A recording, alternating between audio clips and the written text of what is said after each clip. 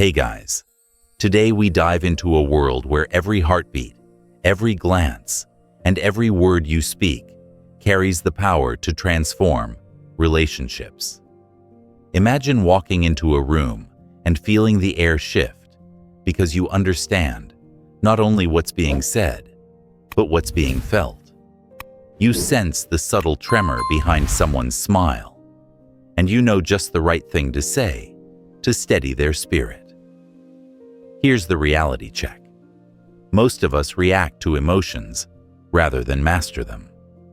We ride the roller coaster of stress, miscommunication, and missed connections, never realizing that the true secret to success isn't IQ or talent, it's emotional intelligence. Imagine you're standing at the edge of a storm. Clouds of frustration and doubt swirl around you. Flashes of impatience crackle in your mind, and thunderous judgments echo in your chest. You brace yourself for impact, expecting chaos. But then something shifts. You find a calm center within the whirlwind. You choose your response rather than letting the tempest decide for you. That moment, that flicker of clarity amid the chaos, is what emotional intelligence feels like. It's the ability to recognize what's happening inside you, understand what's happening around you, and steer both toward connection instead of conflict. Emotional intelligence, or EQ, is not some vague, feel-good concept. It's a practical skill set that empowers you to navigate life's toughest challenges. Unlike raw intellect, EQ equips you to transform stressful situations into growth opportunities. It teaches you to hold space for your own feelings without being overwhelmed by them. It teaches you to see others with empathetic eyes, forging deeper bonds, diffusing conflict, and inspiring trust. Why does EQ matter so much? Picture this. You're in a high-stakes meeting.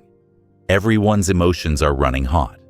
A single misplaced comment could ignite defensiveness, derail collaboration, and crush morale. But with EQ, you sense tension before it erupts.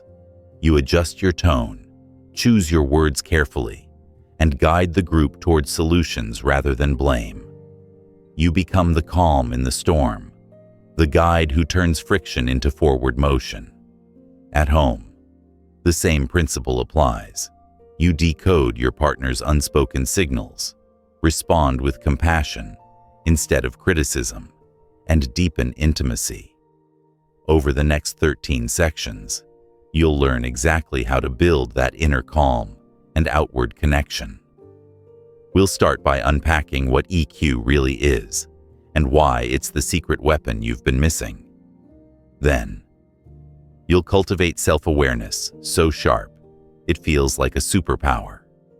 You'll master self-regulation techniques that keep you composed when everything feels stacked against you.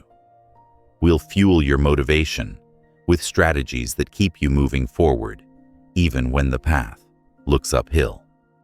You'll deepen your empathy to forge unbreakable bonds, hone social skills that make any interaction feel effortless, and discover how to weave all these threads into your everyday life. By the time you finish this journey, you won't just understand emotions, you'll command them. You'll handle conflict with grace, inspire others with authenticity, and navigate life with the confidence of someone who knows exactly how to turn feelings into fuel. So take a deep breath and get ready to transform every relationship and interaction, one intentional choice at a time. Imagine you're standing in a crowded cafe, the hum of conversation swirling around you like a gentle breeze. You notice the woman at the next table tapping her fingers anxiously against her cup, her eyes darting toward her phone every few seconds. At the counter, the barista's forced smile falters as someone cuts in line, and you can almost feel the tension crackling in the air. You pause, tuning into these subtle emotional signals that most people would gloss over.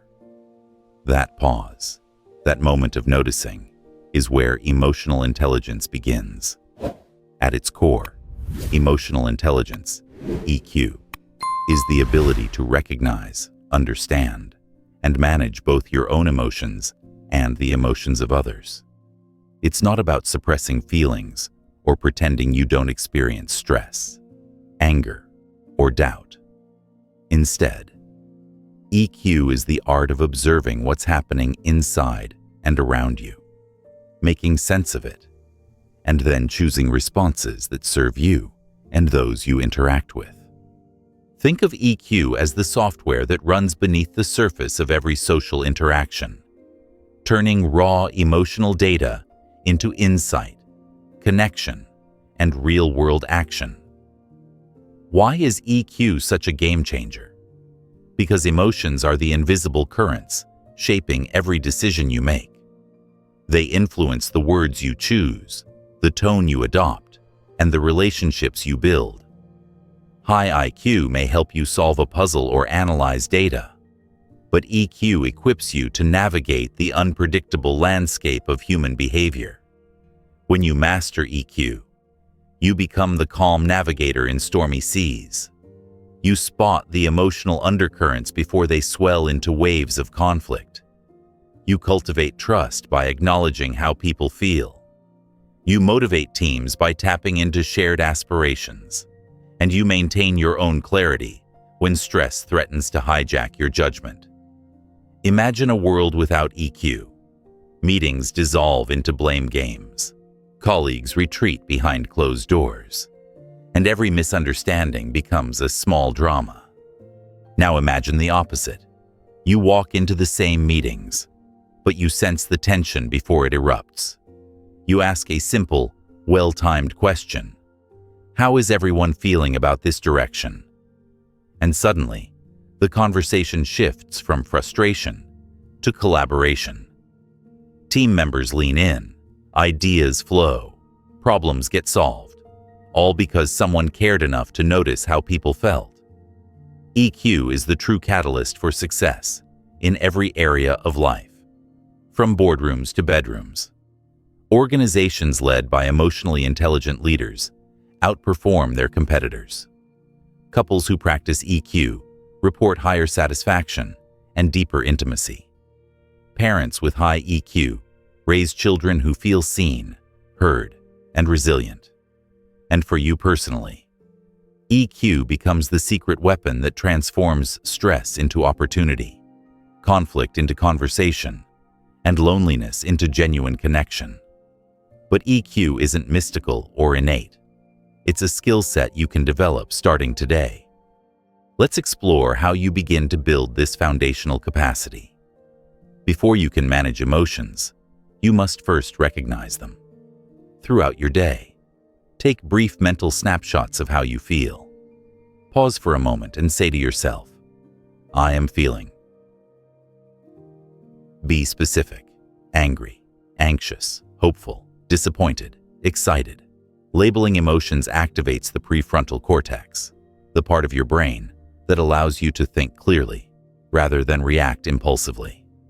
Over time, this simple practice transforms vague emotional haze into clear, actionable insight. Keep a pocket-sized journal or digital note where you jot down situations that trigger strong emotions. Did a curt email make you bristle? Did a compliment melt your defenses? Note the context, who was involved, what was said, and how you felt physically. Tight chest, knot in your stomach, tingling warmth. Reviewing these patterns reveals the themes that shape your emotional life, giving you the power to anticipate and prepare for them. Emotions often speak through body language long before words are uttered. Practice observing posture, facial expressions, and tone of voice, both in yourself and in others. When you notice crossed arms or a quiver in someone's voice, mentally register it as an emotional signal rather than dismissing it. The more you practice, the faster and more accurately you'll interpret the unspoken messages that drive human connection. Every emotion is paired with an underlying thought. When you feel frustrated, what are you telling yourself? This isn't fair. Or, they're ignoring my ideas. Catching these thoughts helps you see how cognition and emotion dance together. By challenging or reframing unhelpful thoughts, maybe they have a different perspective worth hearing, you can shift the emotional tone before it escalates. When you detect someone else's emotion, move beyond assumptions. Ask open-ended questions. I notice you seem quiet today. Is there something on your mind? Or, I can sense some tension here. What's your perspective on this? By inviting people to articulate their feelings, you deepen mutual understanding and avoid misinterpretations that breed conflict. At the end of each day, spend 5 minutes writing about your emotional experiences. What emotions stood out? How did you respond? What could you have done differently? This reflective ritual cements your growing awareness, turning daily observations into lasting habits. Over weeks, you'll notice your emotional radar growing sharper. Situations that once blindsided you now register as subtle shifts long before they peak. Developing EQ at this level isn't a one-off project. It's a journey of small, consistent steps. As you practice these foundational techniques, you'll start noticing emotional currents everywhere. In your tone as you check voicemail, in the way a friend's shoulders slump when they enter a room, even in how your own mood shifts as weather changes. With each moment of awareness, you're building the neural pathways that transform raw emotion into conscious choice. You're rewiring your brain to pause, observe, label, and respond rather than react. And this ability to navigate your inner world becomes the gateway to navigating every relationship you hold. So before you move on, take a breath and savor the power of simply noticing. The next time you're in the cafe or in a team meeting, experiment with one of these exercises. Watch how the world shifts when you bring curiosity and clarity to emotions, your own and those of everyone around you. Imagine you wake up one morning feeling restless. Your mind buzzes with half-formed to-dos, nagging worries, and a vague sense of unease you can't quite name. You stare at the ceiling, your heart fluttering, and you wonder, what on earth is happening? Without realizing it, you stumble into autopilot mode, shower, coffee, commute, reacting to every beep and honk without pausing to ask, how am I really feeling? We've all been there, and it's exhausting. Now imagine a different morning. You wake up with the same flutter in your chest, but before you reach for your phone, you pause. You lie still for a breath or two and turn your attention inward. You invite curiosity rather than judgment. You notice the tightness in your chest, the tension in your jaw, the faint hum of anxiety under your ribs. Instead of dreading the day, you whisper to yourself, I see you. Unease. I'm here with you. And in that simple moment, everything shifts. Instead of being hijacked by unexamined emotion, you step into awareness. That is self-awareness in action. Self-awareness is your ability to observe your own inner landscape, your emotions, thoughts, and impulses, without being swept away by them. It's the mental mirror that reflects your feelings as they arise, showing you not just that you're angry or anxious, but why you feel that way and how it guides your behavior. When you're self-aware, you catch the emotional undercurrents before they swell into overwhelming waves. You see yourself clearly, your triggers, your habitual reactions, and the stories you tell yourself. Self-awareness isn't about judging yourself. or striving for perfection. It's about becoming a compassionate observer of your own mind. Think of it as turning the lights on in a dimly lit room. You notice the patterns in the carpet, the furniture you bump into, and how you move through the space. Once the room is illuminated, you can rearrange things intentionally rather than stubbing your toe in the dark. Without self-awareness, you sail through life at the mercy of emotional currents. You snap at loved ones when stress peaks. You lock into reactive mindsets during conflict. And later, you wonder why you said or did the things you regret. With self-awareness, you gain choice. You decide if you'll let impatience roar through you in traffic, or if you'll breathe through it and arrive calm. You decide whether to let criticism crush your confidence, or to hear it as feedback and grow. In every moment, self-awareness gives you that crucial fraction of space between stimulus and response, the space where true agency lives.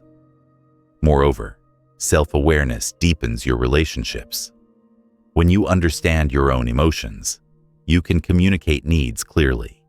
You don't bark out, "You never listen," in frustration. You say, "I feel unheard when my ideas aren't acknowledged." That shift transforms defensiveness into curiosity. And when you own your feelings, you invite others to own theirs, paving the way for authentic connection. Self-awareness is like a muscle. The more you exercise it, the stronger it becomes. Here are 3 powerful practices to integrate into your daily life. 1. Reflection. Journaling. Write to illuminate what to do. Each evening, or first thing in the morning, take 5 to 10 minutes to write freely about your emotional experiences. How to do it. 1. Grab a notebook or open a digital document titled Emotional Journal. 2. Write the date and time. 3. Begin with, "Today I felt," or "Right now I feel," and let your pen flow. Don't worry about grammar or punctuation. Let your inner voice take over. 4. After listing emotions, ask yourself, why? For each emotion, jot down the event or thought that triggered it. 5. Finally, note how you responded. Did you react immediately? Did you pause? How did your body feel? Why it works. Putting your feelings on paper externalizes them. It transforms swirling internal noise into concrete words you can examine. When you review your journal weekly, you'll spot patterns. Maybe you feel anxious every Monday morning, or you get irritated when certain colleagues send abrupt messages. That insight arms you with foreknowledge to choose a different response next time. Pro tip: experiment with guided prompts when you're stuck. What lesson did today's emotions teach me? Or, what do I need right now? 2. Mindfulness meditation. Meet your mind. What to do? Set aside a daily window. Start with 5 minutes, where you sit quietly and observe your breath or bodily sensations. How to do it. 1. Find a comfortable seat with a straight back, chair, cushion, or even lying down if you prefer. 2. Close your eyes or soften your gaze. Notice the weight of your body touching the surface beneath you. 3. Turn your attention to your breath. Feel the air entering your nostrils, filling your lungs, and then exiting. 4. As thoughts, feelings, or body sensations arise, acknowledge them non-judgmentally. Thinking, feeling, or tension in chest. Then gently return your focus to the breath. 5. If your mind wanders, and it will, simply note it, wandering, and guide yourself back. Why it works. Mindfulness trains your brain to observe without reacting.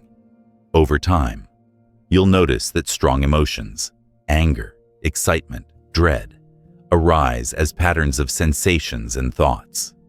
By simply noticing, you weaken their grip. You create a witnessing space where you're not fused with emotion, but human enough to feel it fully.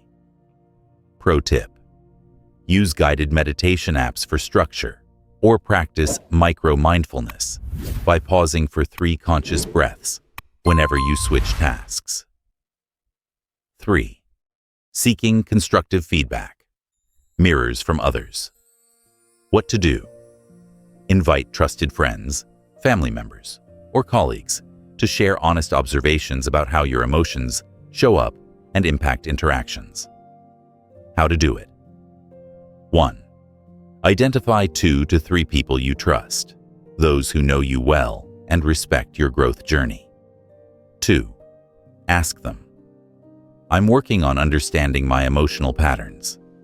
Would you be willing to share instances where you've noticed me reacting in certain ways, either positively or negatively?" 3. During conversations, practice active listening. Resist defending or explaining. Simply thank them for the insight.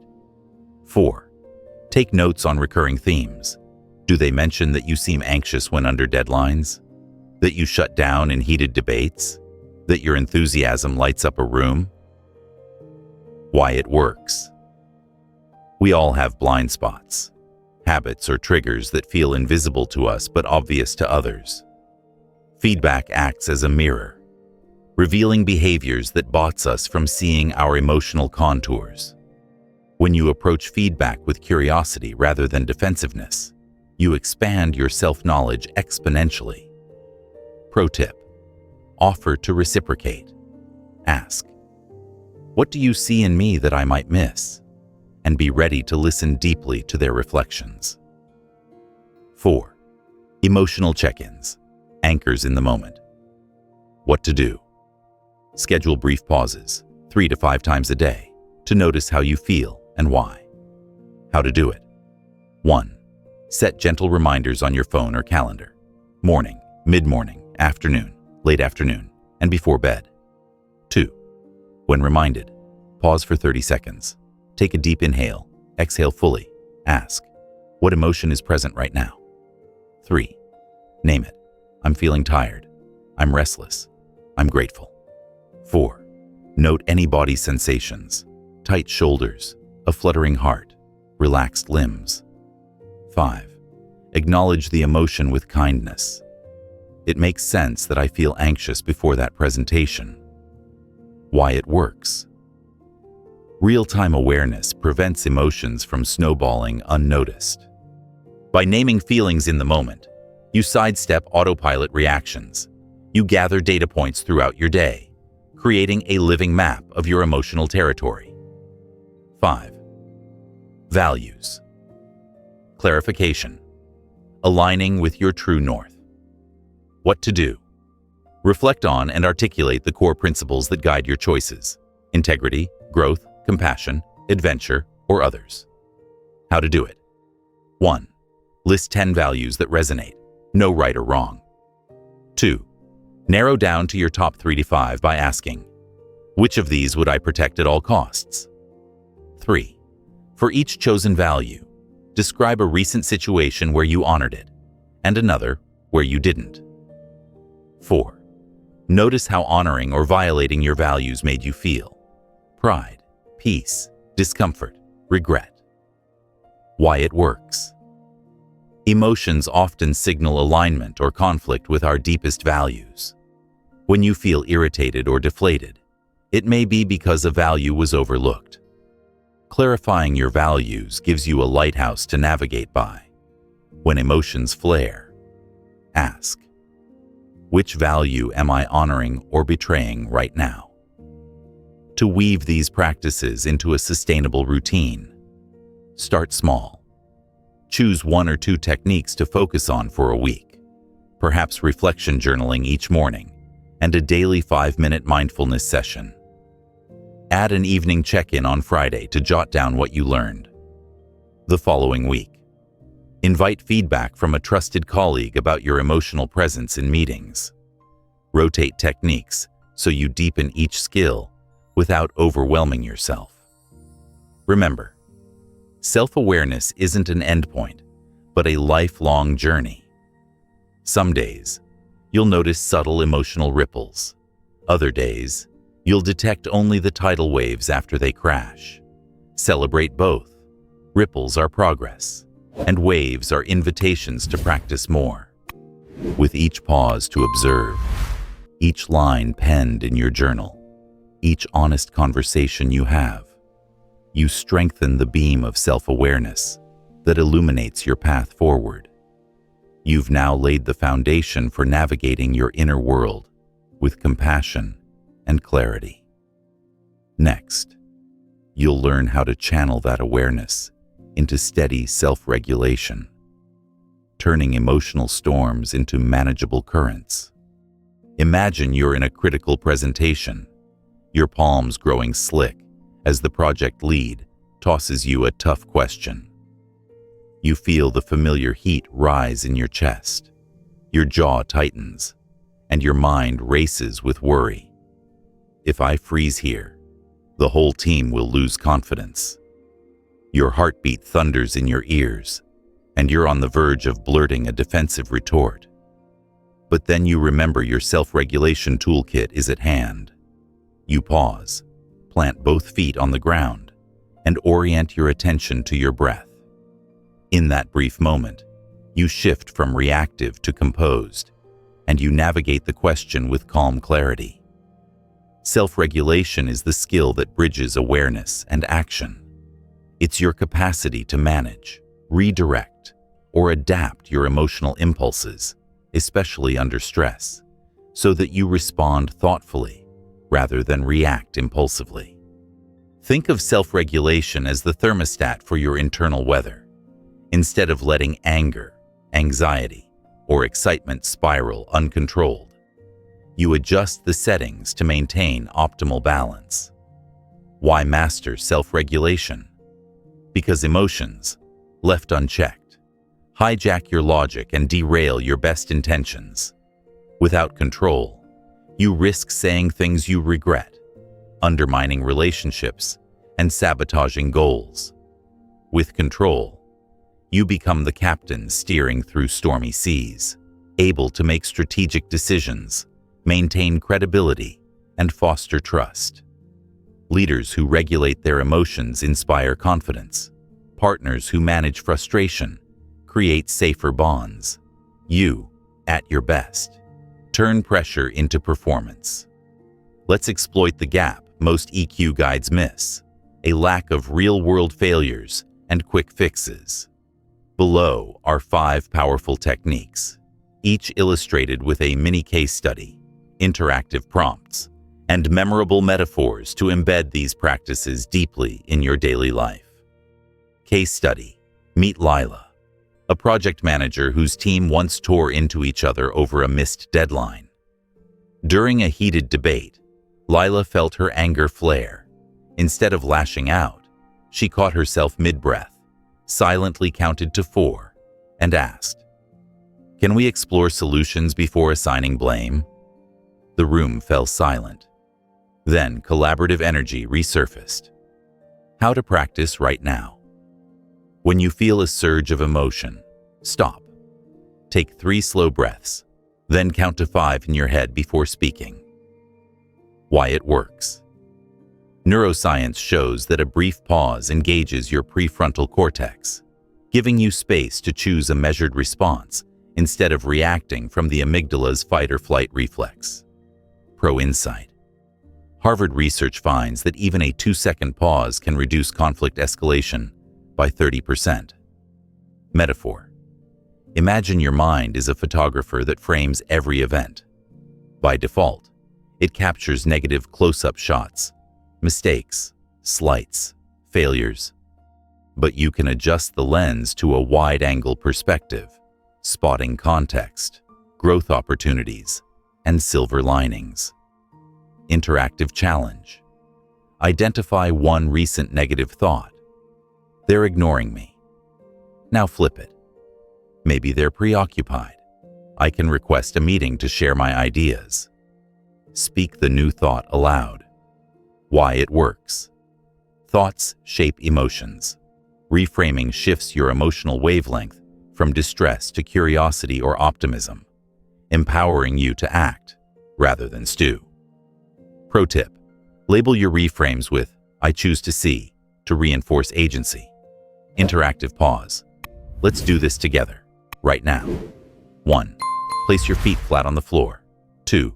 Press toes, then heels, into the ground. 3. Close your eyes or soften your gaze. 4. Inhale for 4 counts. Hold for 2. Exhale for 6. 5. Notice the sensations: weight, contact, breath flow. Why it works. Grounding tethers you to the present moment, interrupting spirals of worry or anger. It resets your nervous system from sympathetic, fight or flight, to parasympathetic, rest and digest. Case study. Add-on. Javier, a sales director, used grounding before every client call. His anxiety plummeted, and his closing rate rose 15% in a month. Metaphor. Think of your stress like a campfire. If you never add water, it rages out of control. If you douse it strategically, it glows warmly and provides comfort. Daily rituals to ignite. Calm, micro-break walks, every 90 minutes. Stand and walk for 2 minutes while stretching shoulders. Breath of box. Inhale for 4 seconds. Hold for 4. Exhale for 4. Hold for 4. Repeat 4 cycles. Mini journaling. Jot 3 one-sentence reflections. I accomplished. I'm grateful for. One thing I can improve is. Why it works. Regular stress relief prevents emotional buildup, like preventive maintenance. These rituals keep your emotional engine from overheating. Competitive edge. Most guides suggest meditation, but neglect brief, office-friendly rituals. These micro-practices fit anywhere. Pro insight. Your body is the ultimate early warning system. Tension in your shoulders, a knot in your throat, or rapid breathing all signal that emotions are escalating. Signal mapping practice. 1. Recall a recent strong emotional episode. 2. List all bodily sensations you noticed: tight chest, racing heart, sweaty palms. 3. Assign each a threshold number from 1 to 5. 1 traumas mild, 5 extreme. 4. Post your list on a small card in your workspace. Why it works. Having a preset, sense book of signals helps you detect emotion early, at a 2 or 3, so you can apply a regulation technique before reaching a 5 and losing control. Mini case. Sarah, an ER nurse, tracked her physical stress signals and learned to step aside and take 3 breaths before entering each new patient room, reducing her on-the-job burnout by 40%. Metaphor. Consider if-then plans as your emotional autopilot. Instead of if stress arises, then panic. You program if stress arises, then pause and breathe. How to build your plan. 1. Identify a high-stress trigger, e.g. if I get interrupted during focused work. 2. Specify the desired response. Then I will close my eyes. Inhale for 4. Exhale for 6. 3. Write it on a sticky note and place it near your workspace. Why it works.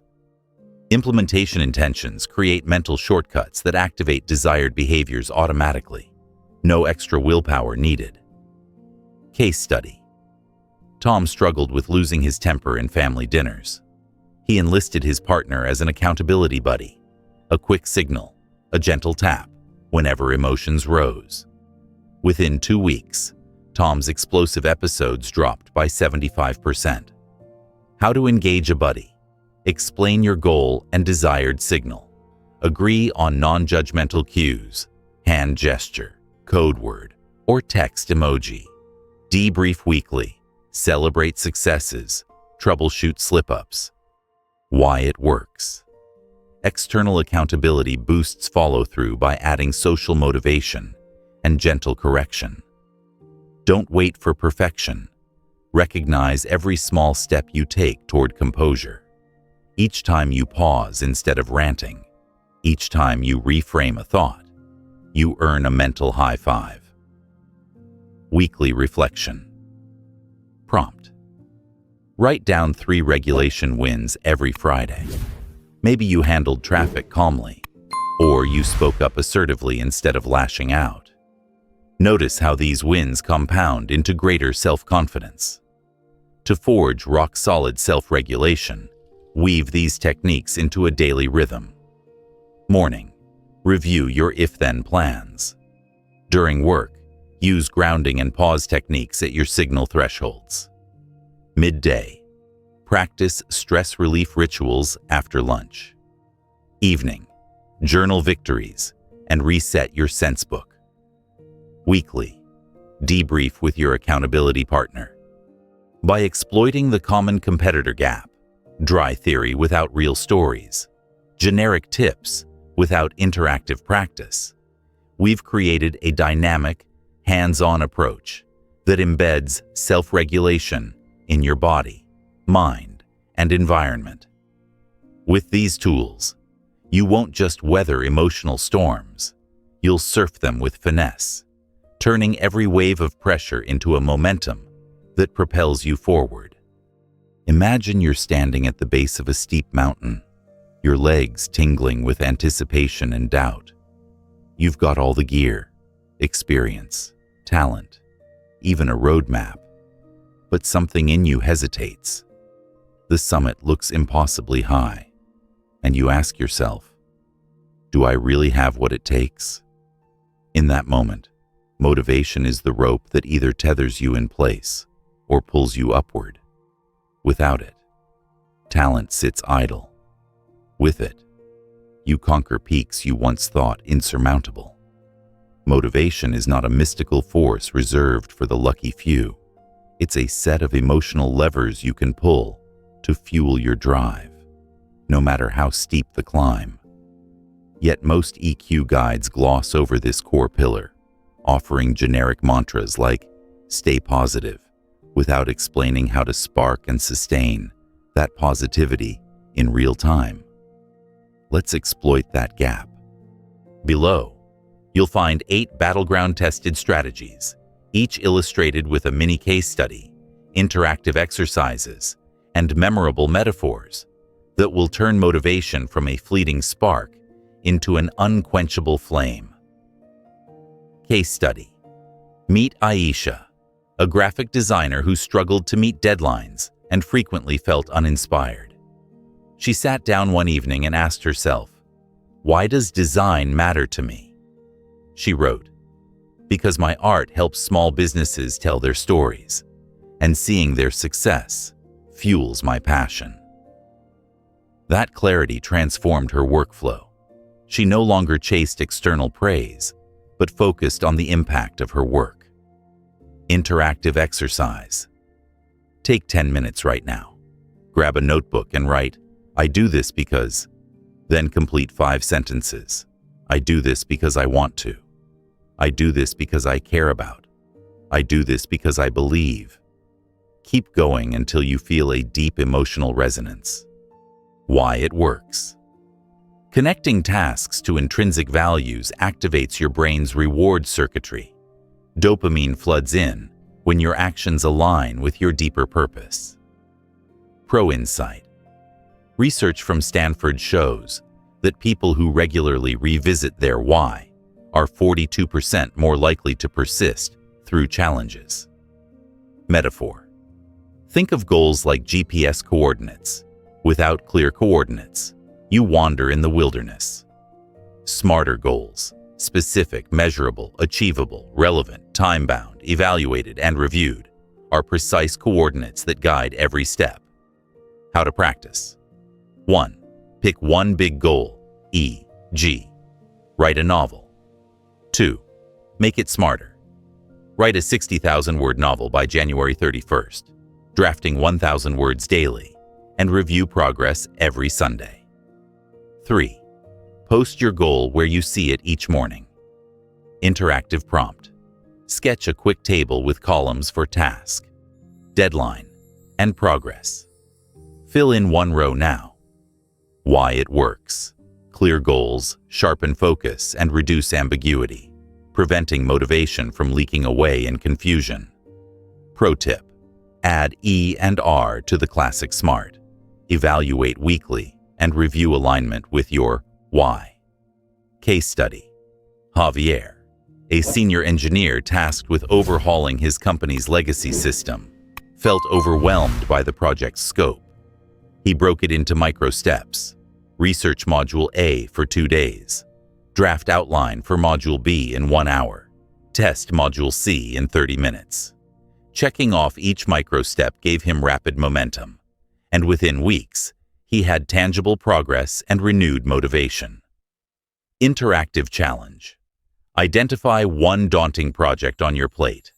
List the first 5 micro steps you can take in the next 24 hours.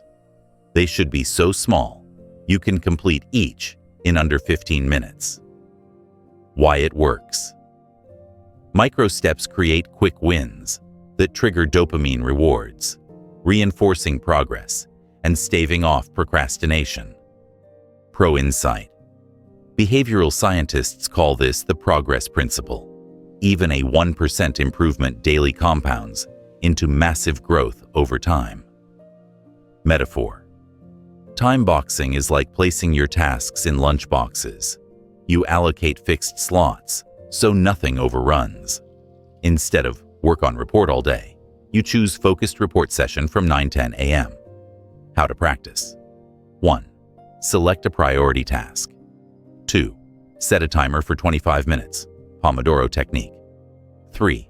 Work exclusively on that task until the timer rings. 4. Take a 5-minute break, then repeat. Interactive prompt. Right now, pick one quick task and time box it for your next 25 minutes. Notice how urgency and focus combine to propel you forward. Why it works. Time boxing curbs perfectionism and fosters a sense of contained urgency, activating your intrinsic drive. Pro tip: after 4 Pomodoros, take a longer 15-30-minute break to recharge and celebrate. Case study: Simone, a freelance marketer, found herself drifting through the week, missing self-imposed deadlines. She instituted a Sunday night ritual. She sends a weekly wins and next steps email to her accountability group of 3 peers. The simple act of reporting progress transformed her track record within a month. She met 90% of her deadlines. Interactive setup. Identify one accountability partner. Send them a brief note. Hey, I'm committing to goal task. Can I send you weekly updates? Why it works. Public commitments and regular check-ins leverage social motivations, making you more likely to follow through. Pro insight. Studies show that people with accountability partners are 65% more likely to complete tough goals. Metaphor. Visualization is like a mental dress rehearsal. You run the scenes in your mind until they feel real. So when opening night arrives, you perform with confidence. How to practice. 1. Close your eyes. 2. Imagine the exact moment of success. Feel the emotions, see the details, hear the applause, or sense the personal satisfaction. 3. Spend 2 minutes immersed in that mental scenario each morning. Interactive prompt. Right now. Pause for 30 seconds and vividly picture your next milestone achieved. Notice smells, sounds, and physical sensations. Why it works. Neuroimaging shows visualization activates similar brain regions as real practice, priming your motivation and performance. Pro tip: combine visualization with an if-then plan. If I feel doubt, then I will replay success in my mind for 30 seconds. Case study: Marcus, a software developer, discovered that his best work flowed when he listened to a specific instrumental playlist. He turned this into a trigger. Before deep work sessions, he played that playlist for exactly 90 seconds. Instantly, He shifted into productive focus and positive momentum. Interactive exercise.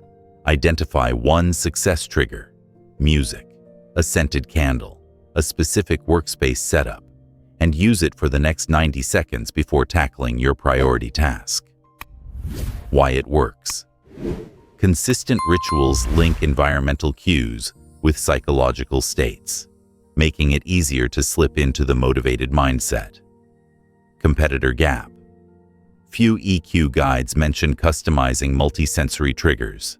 This tactic leverages your unique preferences for instant motivation. Metaphor. Motivation is like a plant that needs watering. Micro rewards are your sprinkle of nourishment. Without regular hydration, it wilts. How to practice. 1. Define tiny milestones, e.g., draft 300 words, finish 3 spreadsheet rows. 2.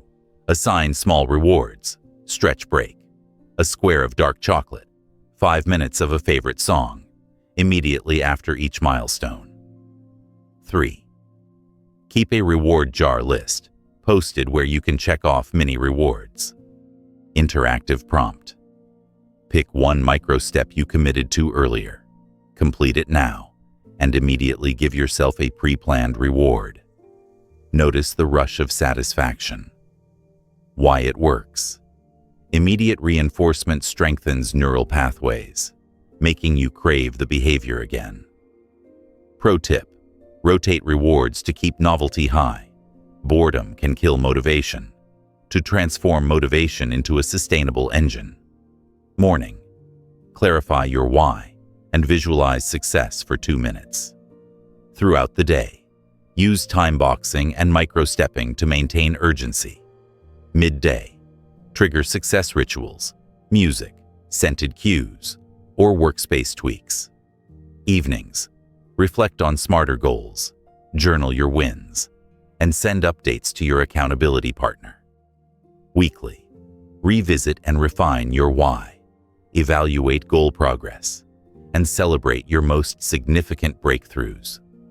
By exploiting competitor blind spots, surface-level pep talks, lack of interactive practice, and no personalized rituals, we've built a dynamic, multi-layered approach that turns motivation into an everyday superpower. You now have the clear rope, the precise coordinates, and the ritual tools to ascend any mountain. All that's left is to take the first pull. Imagine you're at a bustling networking event after hours, the room humming with conversation and clinking glasses. You notice a colleague across the room withdraw into herself, arms crossed, gaze fixed on her drink. Moments later, you see her approach a small group, with hesitation in every step and a flicker of uncertainty in her eyes.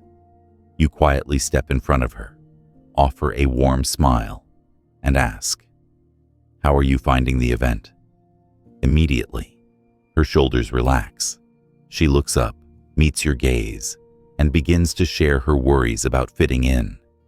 In that small moment of genuine curiosity and presence, you dissolve the boundary between stranger and friend. That is the power of empathy in action. Empathy isn't simply feeling sorry for someone or offering perfunctory nods. It's the deep capacity to sense another person's emotions, understand their perspective, and respond in a way that honors their experience. You begin by recognizing emotional signals, not just the words they speak, but the hesitations in their tone, the slump of their posture, the tightness in their breath. You then use that information to connect, offering the precise emotional support that transforms uncertainty into relief, isolation into camaraderie. Why is empathy indispensable? Because people don't just remember what you say, they remember how you made them feel. In professional settings, empathetic leaders cultivate loyalty and boost morale by acknowledging the stresses their teams face. In friendships, empathy builds trust by showing that you're truly listening. In customer interactions, empathy resolves frustration by signaling genuine concern rather than scripted responses. When you master empathy, you become a bridge builder, able to span divides of opinion, culture, or experience and create genuine understanding. Notice how common EQ guides often list, "Practice empathy," but leave you wondering exactly how to tap into another person's feelings in the moment. Let's fill that gap with 4 immersive practices, each woven into your day so seamlessly you hardly notice you're training this skill, yet you see results immediately. The first step is to quiet your own inner chatter and fully inhabit the other person's world. Next time someone speaks to you, whether in a meeting or over coffee, resist the urge to plan your reply. Instead, let your attention rest entirely on their voice. As they talk, imagine you're listening through their ears, seeing through their eyes, feeling what they feel. You might notice a tremor of sadness when they describe a recent setback, or the spark of excitement as they share an idea. Hold that emotional resonance in your heart for a moment longer than feels comfortable. Observe how your own body responds, a softening of your expression, a slight nod, perhaps a gentle lean forward. That physical alignment signals that you're not just hearing, but embodying their emotional state. To sharpen this ability, create a brief listening lab in your daily routine. Choose one conversation, perhaps a 5-minute check-in with a teammate or a quick chat at the water cooler, and devote yourself to purely listening. No multitasking, no mental to-do lists. Afterward, jot down 2 things: what you heard and how you think the speaker felt. Then reflect on how your responses shifted when you prioritized understanding over reacting. Within days, you'll notice colleagues begin to open up more, trusting you with candid feedback and deeper insights. Beyond listening, genuine empathy requires perspective-taking, the deliberate step of imagining yourself in another person's situation. Picture one of your peers who's facing a looming deadline. You might assume they're stressed because they're disorganized, but perspective-taking invites you to consider other factors. Perhaps they're juggling family responsibilities, or they lack clear guidance. To practice, carve out 2 minutes each time you learn about someone's challenge.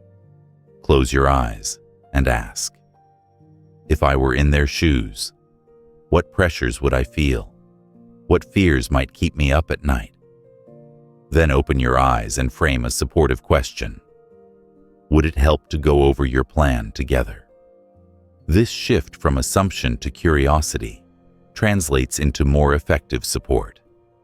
Let's bring in a mini case study. Mark is a customer service rep known for calming irate callers. He attributes his success to a simple ritual. Before answering the phone, he places his hand over his heart, takes 3 slow breaths, and silently affirms, "I'm here to listen fully."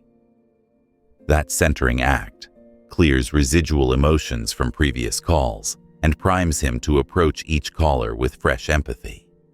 In just 2 weeks, his customer satisfaction scores climbed by 18%. Notice how he doesn't merely instruct you to be empathetic.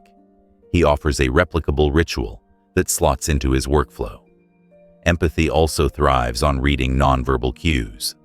Up to 70% of communication is nonverbal.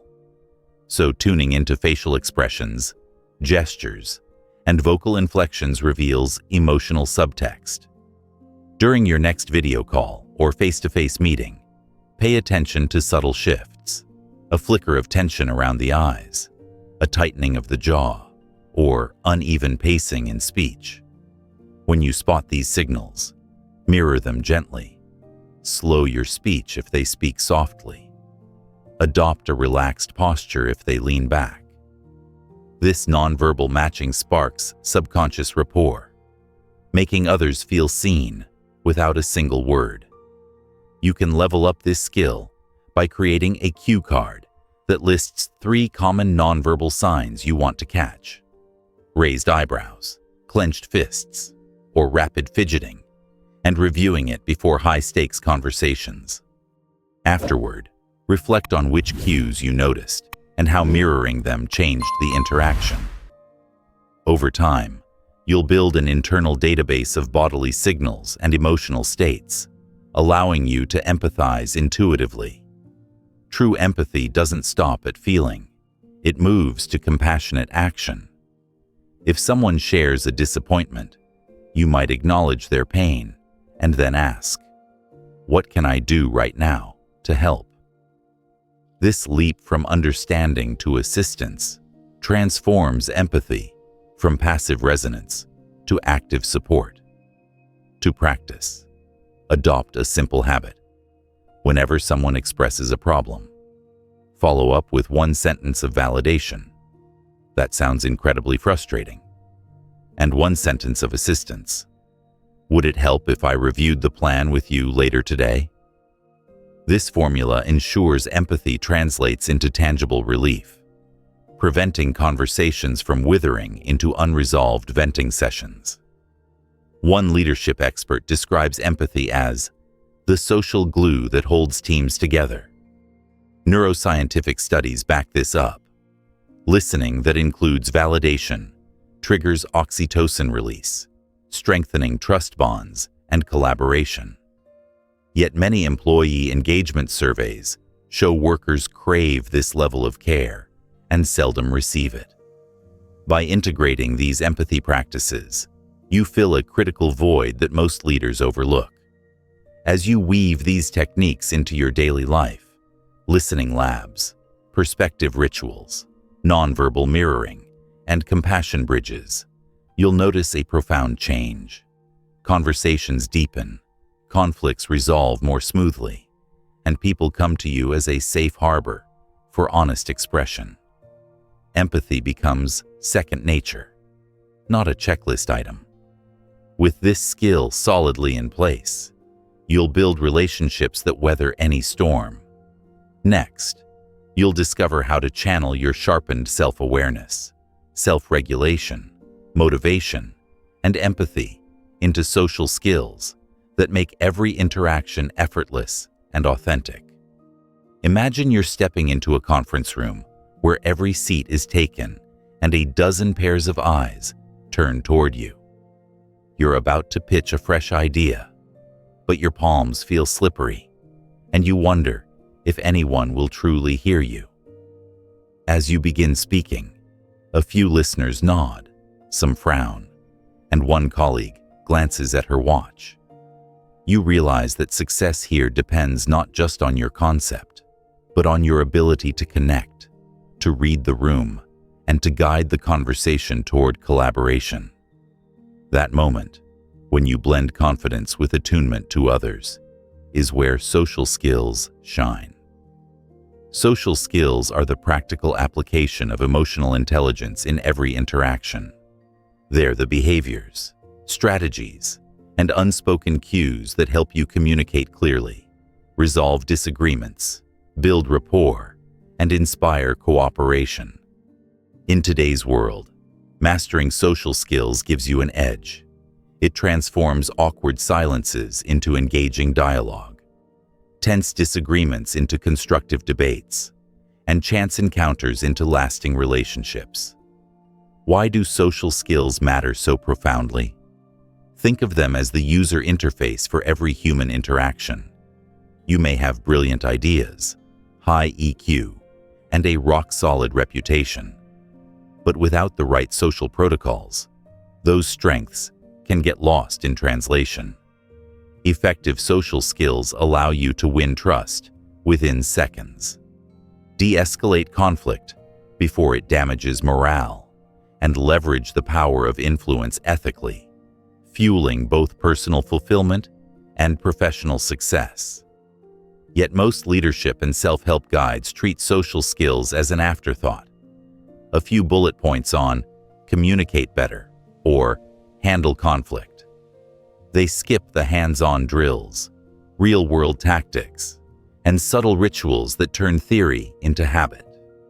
Let's exploit that gap by exploring 4 immersive practices, rich with case studies, interactive exercises, and metaphor-driven insights that plug you directly into the flow of any social situation. First, there's active listening amplified. You've heard, listen more than you speak. But real active listening goes deeper than silence.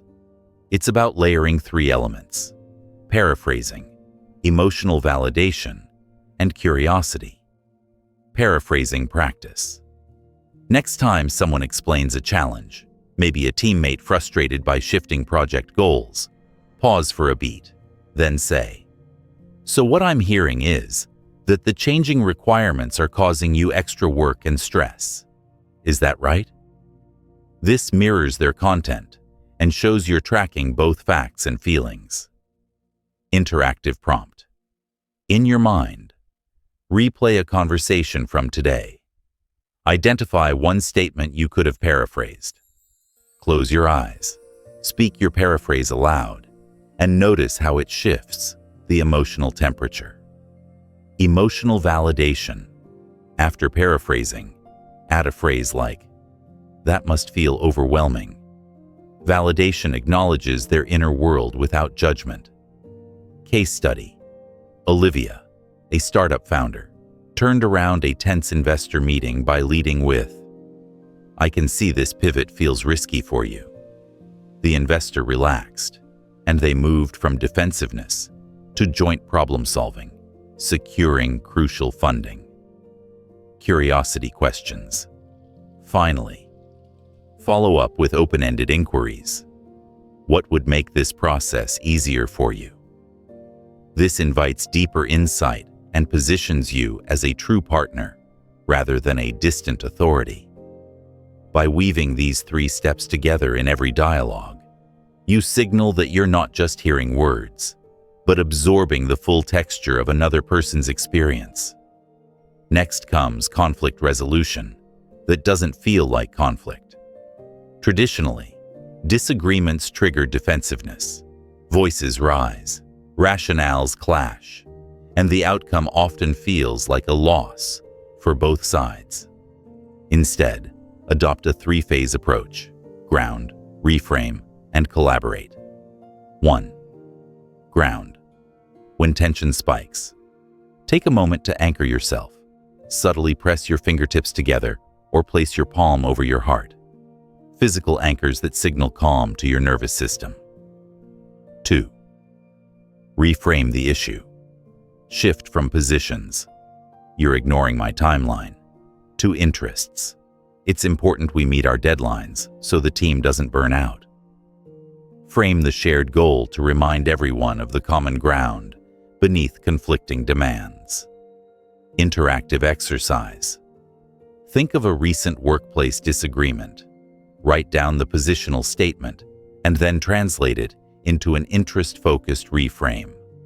Read both aloud and notice which sounds more collaborative.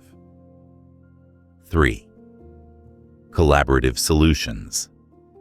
Finally, brainstorm. Both and options. Solutions that honor both parties' interests. Instead of, "Either we delay or you work evenings," propose, "How can we adjust the timeline or reallocate tasks so we stay on schedule and maintain work-life balance?" Neuroscience. Insight. Research shows that collaborative language engages the brain's reward centers more than adversarial language, easing cortisol release and boosting creative thinking. Building lasting rapport is the 3rd pillar of social mastery. Rapport feels like an invisible thread, weaving you into another person's experience. It emerges from authenticity, shared vulnerability, and micro-stories that humanize you. Authentic micro-stories. When you share a brief personal anecdote, "I once missed a deadline because I didn't ask for help," you signal humility and common humanity. Case study. Raj, a sales director, used a 30-second story about struggling to learn public speaking in college. Instantly, his audience of executives leaned forward, connecting over a shared fear of speaking in front of others. His sales closed at a 20% higher rate that quarter. Vulnerability ritual. Begin meetings with a 2-minute personal check-in.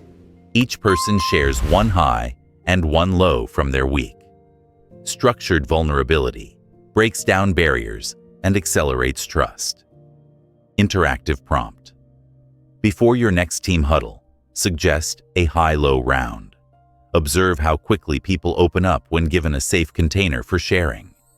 Mirroring and matching. Subtly align your posture, gestures, and vocal tone with the other person. If they lean forward, you mirror. If they speak softly, you lower your voice. This nonverbal synchrony taps into mirror neurons, sparking subconscious rapport within seconds. Tip: practice this at home by watching short movie clips and mimicking the lead actor's posture and tone. Notice how the emotional intensity comes through when you match their nonverbal cues. The fourth and final practice is ethical persuasion, guiding others to embrace ideas without manipulation. True persuasion roots itself in credibility, reciprocity, and framing. Establish credibility. Share a relevant credential or past success. In my last role, I led a team that reduced costs by 15%. But follow it immediately with, "I say that because I've learned what pitfalls to avoid." This balances authority with humility. Leverage reciprocity. Offer genuine value before asking for something. If you share a helpful resource, an article, a connection, or a quick tutorial, people feel a natural pull to reciprocate when you later ask for their buy-in. Interactive exercise. Identify one piece of knowledge or resource you can share with a colleague this week, with no strings attached. Track how many times this goodwill circles back to support your initiatives. Frame for values. Tailor your message to the listener's core values. If a teammate highly values innovation, frame your proposal as a creative approach that sets us apart in the market. If another teammate prioritizes stability, emphasize ensuring long-term reliability through incremental updates. Case study. A marketing team shifted their campaign direction after the director reframed it. This idea accelerates our growth, but keeps our brand heritage intact. By speaking to both novelty and tradition, she won consensus across multiple departments. By integrating these 4 immersive practices, active listening amplified, graceful conflict resolution, rapport-building rituals, and values-driven persuasion, you'll transform every interaction into an opportunity for connection, collaboration, and mutual growth. Social skills stop being vague, soft abilities, and become a dynamic toolkit you wield with confidence.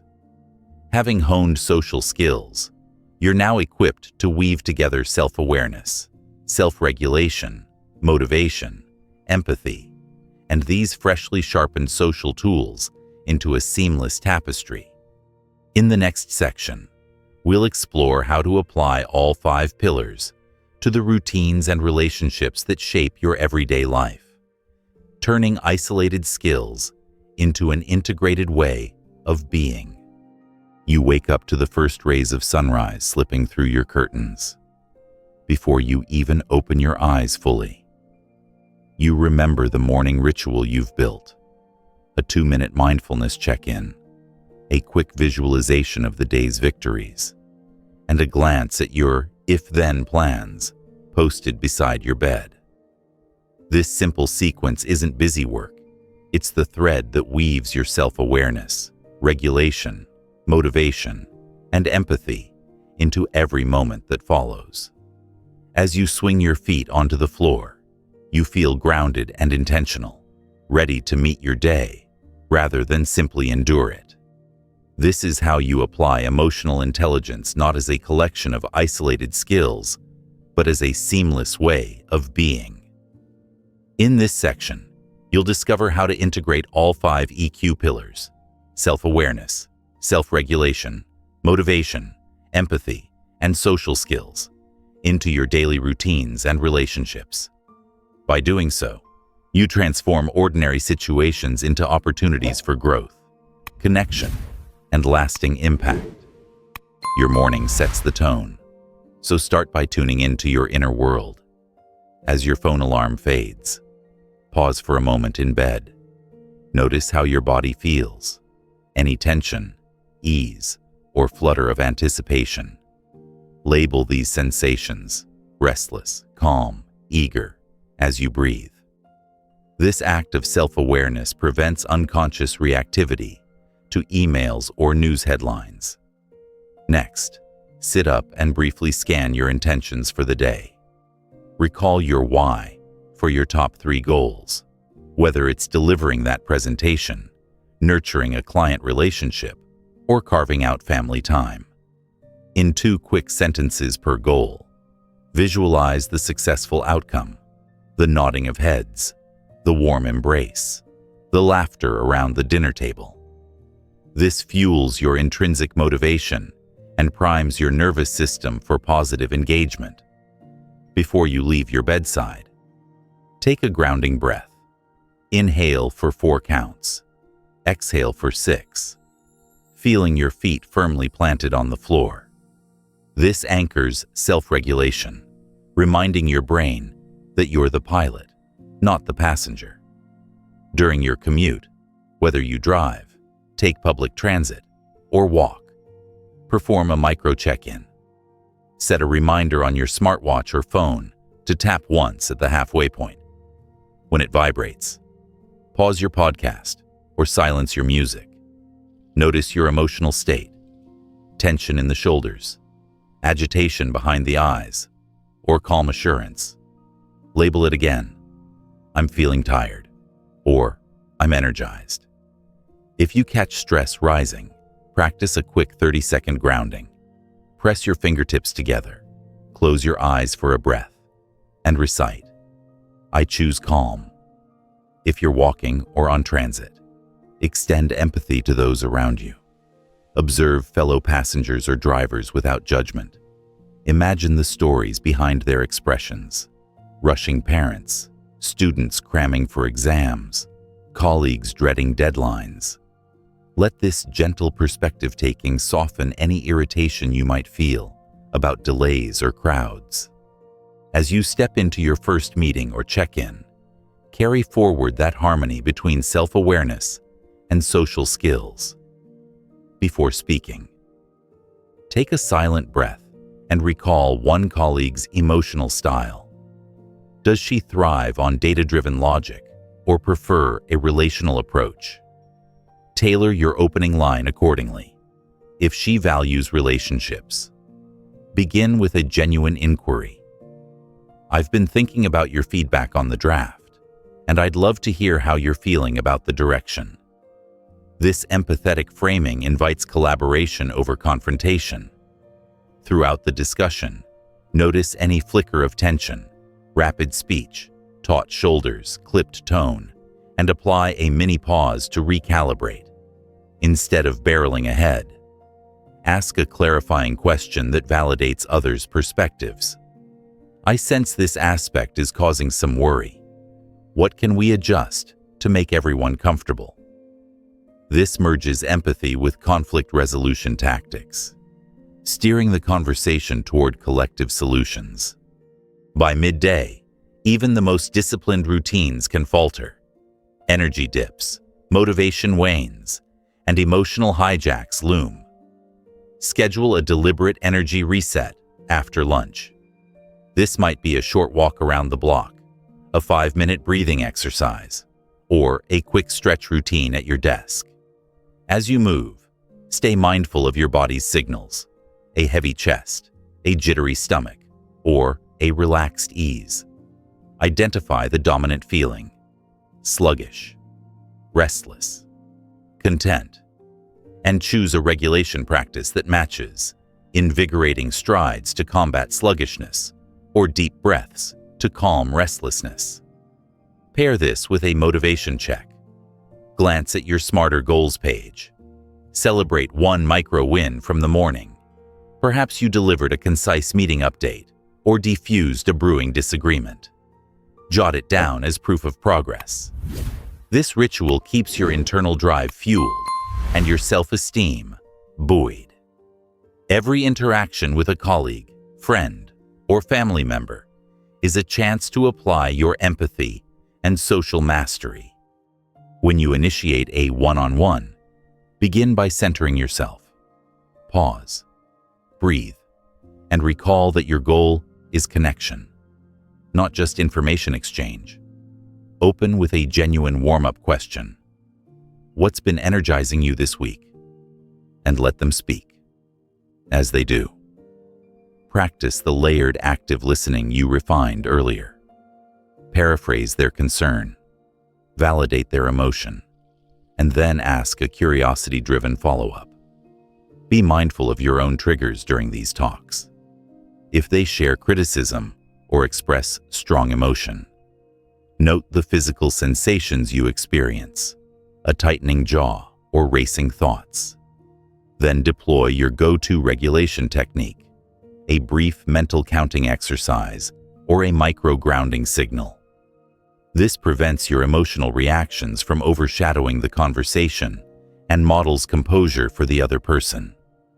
Working on complex tasks is an arena for both self-regulation and time management rituals.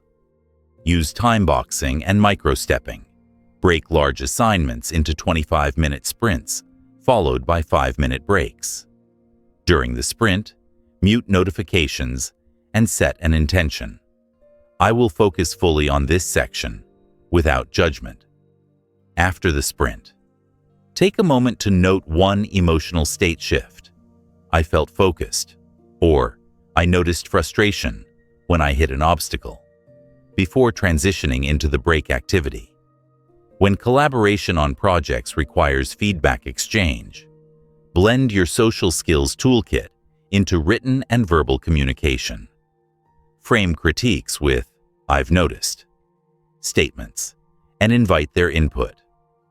I've noticed the draft stresses the technical details. Can we explore how to balance that with the narrative?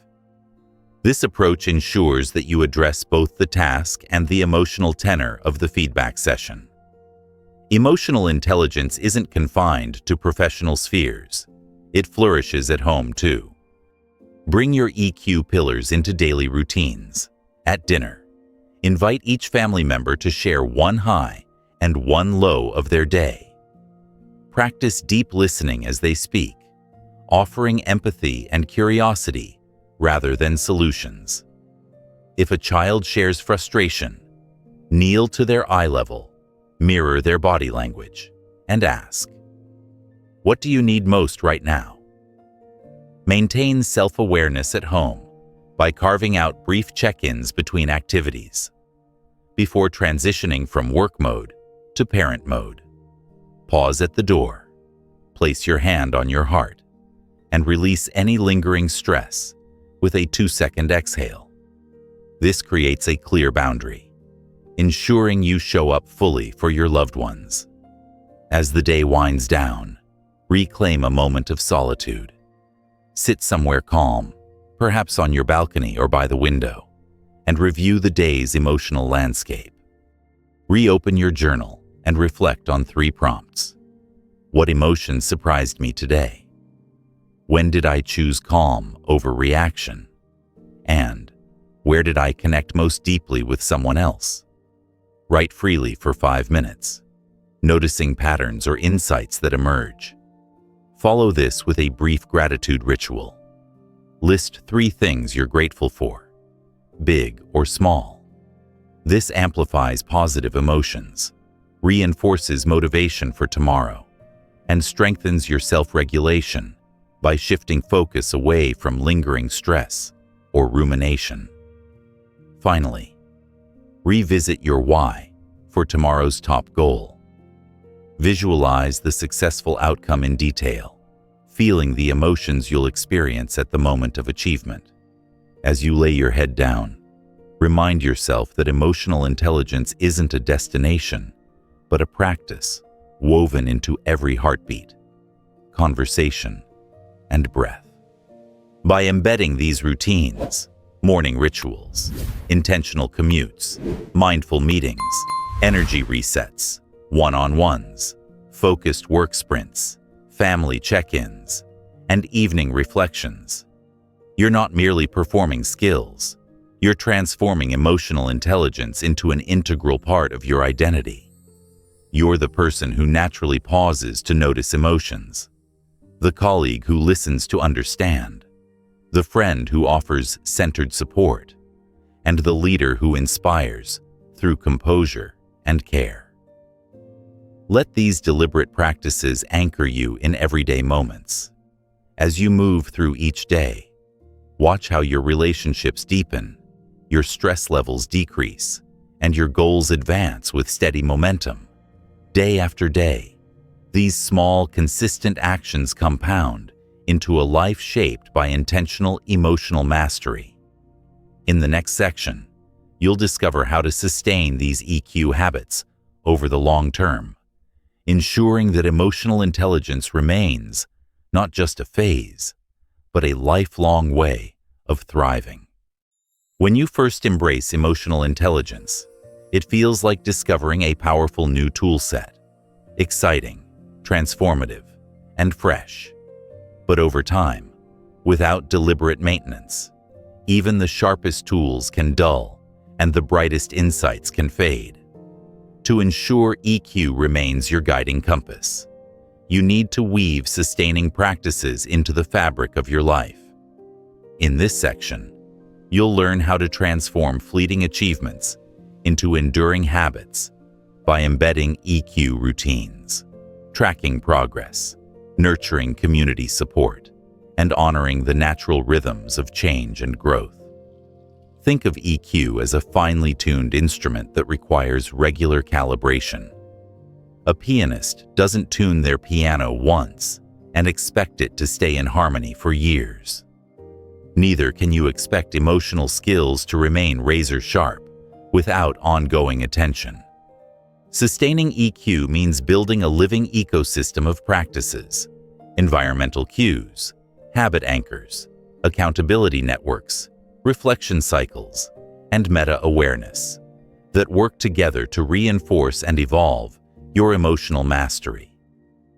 You've already experienced how morning rituals and intentional commutes anchor emotional intelligence in your day. To sustain that momentum, attach new EQ practices to existing habits, a strategy known as habit stacking. For example, when you brew your afternoon tea or coffee, use that pause to perform a 30-second emotional check-in. What am I feeling right now? Where do I sense tension? Over time, the scent of the brew will automatically cue your mind to tune in.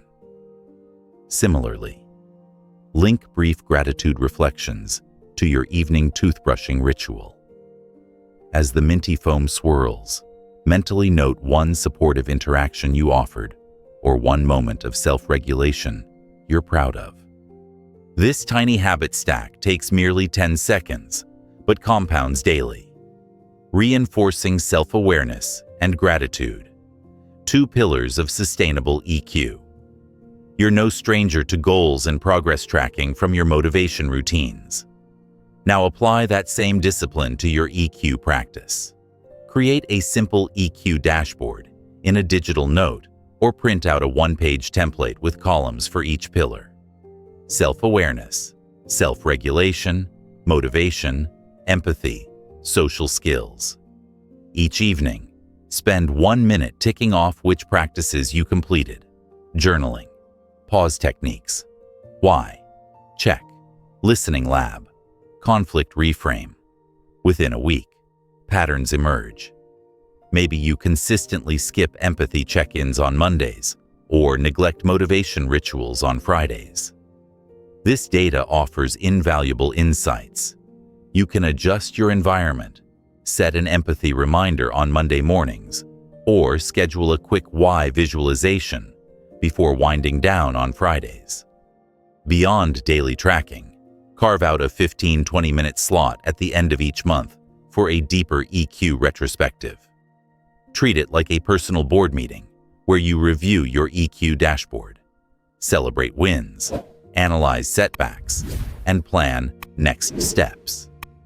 Ask questions such as, which EQ pillar felt strongest this month? Where did I fall short? What environmental triggers helped or hindered my practice? Then update your plan, perhaps experimenting with a new social skills ritual or refining your grounding cue. Case study. Lena, a creative director, found that her self-regulation practice trailed off during product launch weeks.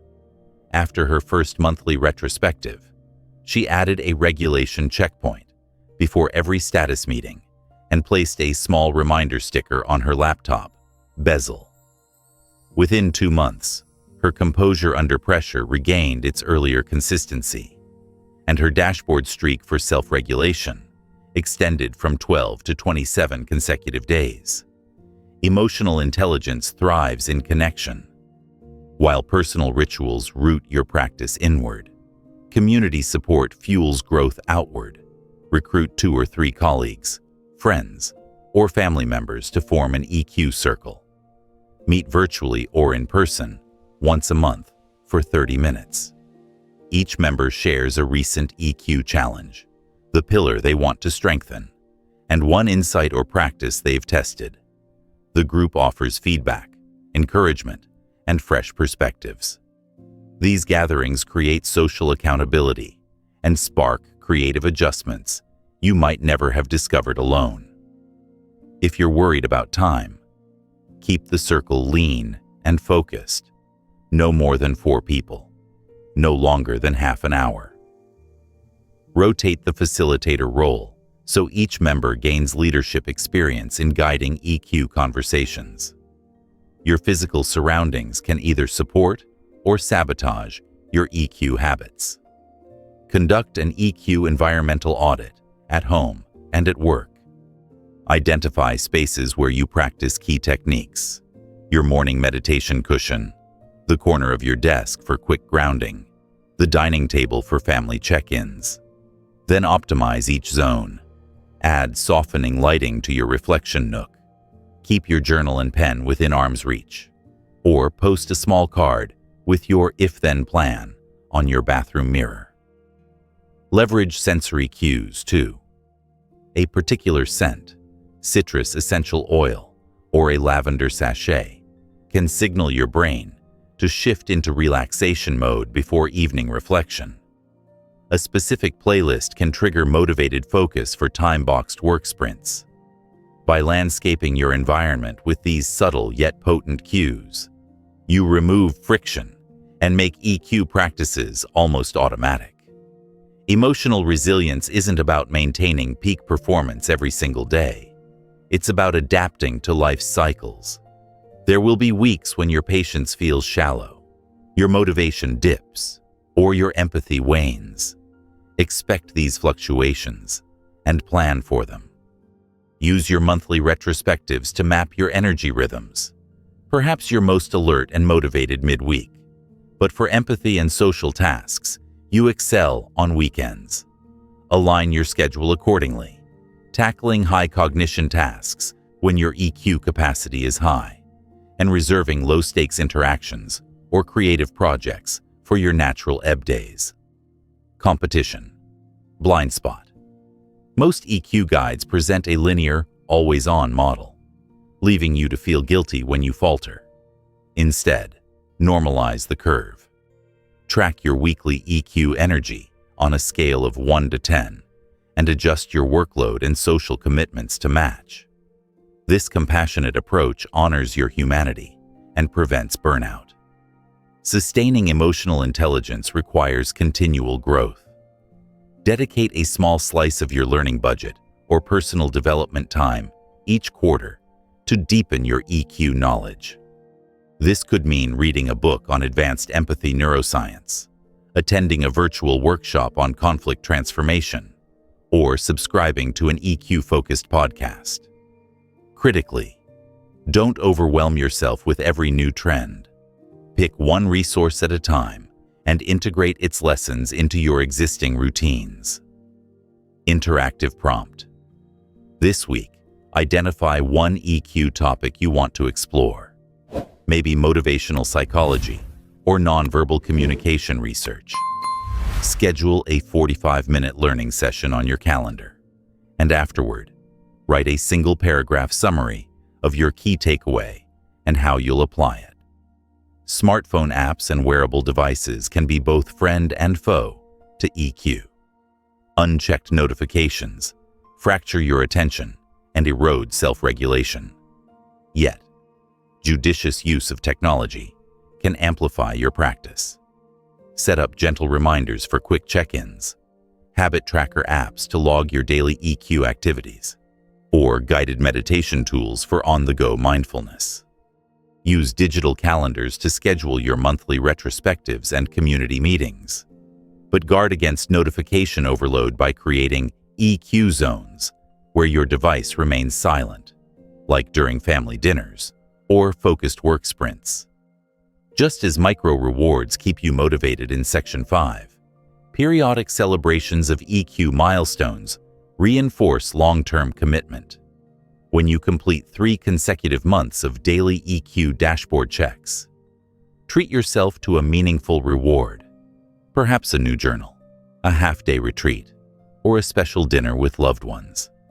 Mark these achievements publicly within your EQ circle, so the shared recognition amplifies your sense of progress. Case study. Add-on. After 6 months of consistent EQ practice, a small marketing team held a Mindful Monday breakfast, where each member shared their biggest EQ win. The ritual not only honored individual growth, but also reignited collective enthusiasm for the practice. Finally, remember that emotional intelligence, like any complex skill, evolves through iterative feedback loops. When setbacks occur, maybe you lost your temper in a meeting or forgot to anchor during a crisis, reframe these moments as data, not failures. Use your self-awareness to dissect what happened. Apply self-regulation to release guilt, and draw motivation from the knowledge that growth often leaps forward after a stumble. Keep a section in your journal titled EQ Learning Moments, where you briefly note the misstep, the insight gleaned, and the corrective action you'll test next time. Over weeks and months, you'll compile a personalized playbook of hard-earned wisdom that no generic guide can match. By anchoring emotional intelligence to your daily rhythms, tracking and reflecting on your progress, designing supportive environments, embracing natural ebbs and flows, investing in lifelong learning, leveraging technology judiciously, celebrating milestones, and maintaining a growth mindset, you ensure that EQ remains not just a skill you practiced once, but the core of who you are. As you read these practices, feel the momentum build. You're no longer simply managing emotions. You're cultivating an ecosystem that nurtures, owns, and expands your emotional mastery for years to come. Next, you'll explore the long-term benefits of this sustained commitment. How career success, deeper relationships, mental resilience, and personal fulfillment all blossom when emotional intelligence becomes an enduring way of being. You're standing before a milestone, perhaps your 10th work anniversary, or the day your kids leave for college, and you pause to reflect on how far you've come.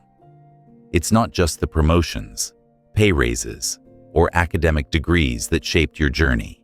It's the deeper currents of connection, composure, and purpose that have propelled you through each twist and turn. Emotional intelligence isn't a quick fix or a trendy skill to tick off your resume.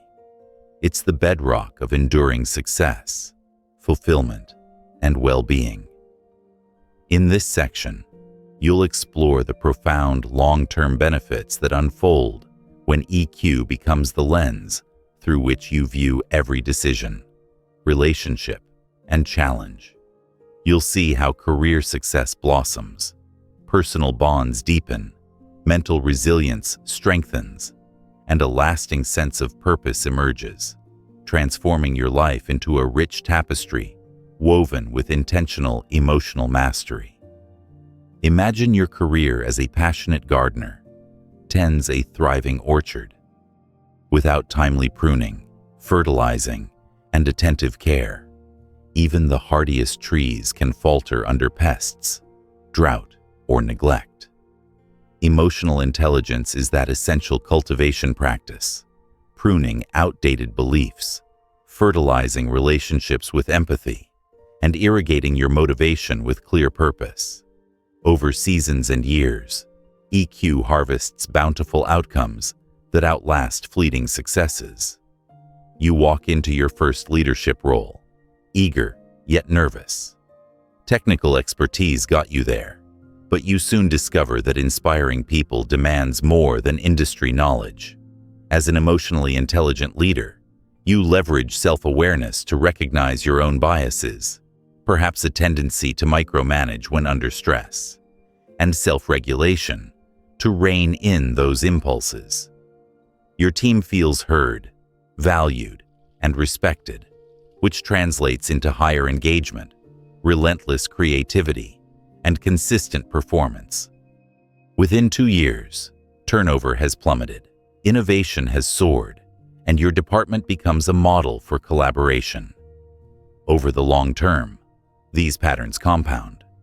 Studies show that emotionally intelligent leaders foster organizational cultures where employees are 23% more satisfied and 45% more productive. You're not just managing workflows, you're shaping mindsets that innovate, adapt, and thrive amid disruption. Your reputation spreads, colleagues gravitate toward your team, top talent seeks your mentorship, and your performance reviews consistently highlight your people-first approach. Interactive prompt. Reflect on a leader you admire. What empathic or social skill behaviors did they embody? Write down 2 actions you can emulate in your own leadership style this week. Notice how your team responds. Your closest friendships and family bonds form the heart of your emotional ecosystem. Without EQ, conversations can stagnate in misunderstanding, and conflicts can harden into fractures. But when you practice empathy, active listening, and calm conflict resolution over years, you build vault-like reservoirs of trust. Your partner knows they can share vulnerability without fear of judgment. Your children see you model healthy emotional regulation, giving them the secure base they need to explore the world. Your friends lean on you during crises, confident you'll respond with compassion. Case study. Add-on. Over a decade, Maria and her spouse navigated career changes, relocations, and parenting challenges by holding monthly emotional check-ins. Each session followed a simple EQ protocol: share highs and lows, validate each other's feelings, and co-create solutions. Their marriage strengthened steadily, resounding as a testament to relationship EQ over mere compatibility. Interactive exercise. Schedule a 30-minute EQ huddle with a loved one. Follow the high-low ritual. Each person shares one positive and one challenging emotional experience from the past month. Practice paraphrasing and validation. Notice how these conversations deepen understanding and intimacy. Life inevitably throws curveballs, health scares, financial setbacks, global upheavals. If you're tethered solely to external security, any storm can topple you. But with emotional intelligence, you develop an inner fortress of resilience. Self-awareness lets you spot early signs of stress, tight shoulders, racing thoughts, while self-regulation and stress relief rituals tamp down anxiety before it escalates. Motivation routines sustain your forward momentum, even when setbacks threaten to derail you. Empathy and social skills ensure you have a network of support, making crises less isolating. Neuroscience. Insight. Longitudinal research finds that people with high EQ exhibit 31% lower levels of chronic stress markers and 27% higher life satisfaction scores. Their brains maintain greater neuroplasticity, adapting to change rather than breaking under pressure. Interactive prompt. Identify a past challenge you weathered successfully. Trace which EQ pillars you applied. Did you reframe negative thoughts, seek support, or adjust goals? Journal this resilience blueprint to reuse in future crises. For many, life's end goal is happiness, a broad, elusive aim. Emotional intelligence refines this pursuit by aligning you with deeper constructs, meaning, autonomy, mastery, and connection. When you make decisions anchored in your core values, your career isn't just a job, but a vocation. Friendships aren't superficial, but anchored in mutual understanding. Pleasure isn't fleeting, but rooted in authenticity. Metaphor. Think of your life as a river flowing toward the sea. EQ is the riverbed that guides your course. Without a well-forged bed, water spreads into chaos, marshes, stagnation. With EQ, your river runs clear, purposeful, nourishing every ecosystem it touches. Interactive exercise. Map your 5 leading values, such as creativity, compassion, or growth, and identify one activity you engage in each week that honors each value. Adjust your schedule to bolster the activities that spark the most fulfillment. Over months, notice how your overall well-being rises as your life aligns more closely with your values. Long-term EQ isn't just about individual success, more than 5 years down the line. It's about the ripple effects you leave behind. As you mentor colleagues with empathy, they carry forward those practices, creating healthier workplaces.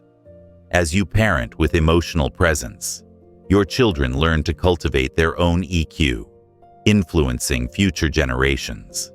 As you engage in community service with compassion and social savvy, you spark collaborative initiatives that uplift countless lives. Case study. A nonprofit leader named Arun built an organizational culture that prioritized staff emotional health alongside program impact. Over 20 years, the nonprofit grew from a small local group to an international network, retaining core leadership values of empathy and collaboration. Staff longevity averaged 12 years, compared with sector norms of 3 to 5 years, enabling deep community relationships and sustainable growth. Interactive prompt. Consider one community group or professional network you're part of. How can you model EQ to amplify its impact? Perhaps you lead a workshop on self-regulation, offer mentorship circles, or integrate mindful check-ins at meetings. Take one step this week and observe how your EQ leadership seeds broader change. Innovation often hinges on psychological safety, the belief that you can propose wild ideas without ridicule. EQ fosters that safety. When leaders regulate their reactions and validate diverse perspectives, team members feel secure to experiment. Over time, this breeds a culture of continuous innovation, where breakthrough ideas flourish. Neuroscience. Insight. Studies show that teams with strong emotional intelligence score 24% higher on creative problem-solving assessments. Neurochemical pathways for trust and curiosity are amplified in emotionally supportive environments, making creativity a sustained output rather than an occasional spark. Interactive challenge. At your next brainstorming session, Institute a no evaluation rule for the first 10 minutes. Invite all ideas, no matter how offbeat. Practice empathy by paraphrasing each idea's emotional intent. It sounds like you're excited about X. Notice how this deepens participation and generates more innovative concepts. Finally, EQ nurtures a growth mindset that turns life into an evolving journey rather than a static achievement. You view failures as experiments, setbacks as data points, and successes as milestones on an ever-unfolding path. This orientation keeps you open to new perspectives, continually refining your emotional toolkit. Metaphor. Your emotional intelligence is a compass that never stops recalibrating. Each new experience, joyful or painful, becomes a calibration point, sharpening your directional bearings. Over decades, this compass guides you through uncharted territories with clarity and confidence. Interactive prompt. Choose one recent failure or setback that still weighs on you. Write it down and list 3 lessons you extracted from the experience. Then craft one if-then plan that uses those lessons. If I encounter similar obstacle X again, then I will respond by applying lesson Y. Archive this in your EQ journal and notice how revisiting it reframes the memory from burden into wisdom. Take a moment to visualize your life 10 years from now. Conjure the qualities you'll embody. Calm composure in high-pressure moments. Genuine rapport with a diverse community of friends and colleagues. Unshakable resilience in the face of change. Picture the legacy you'll leave.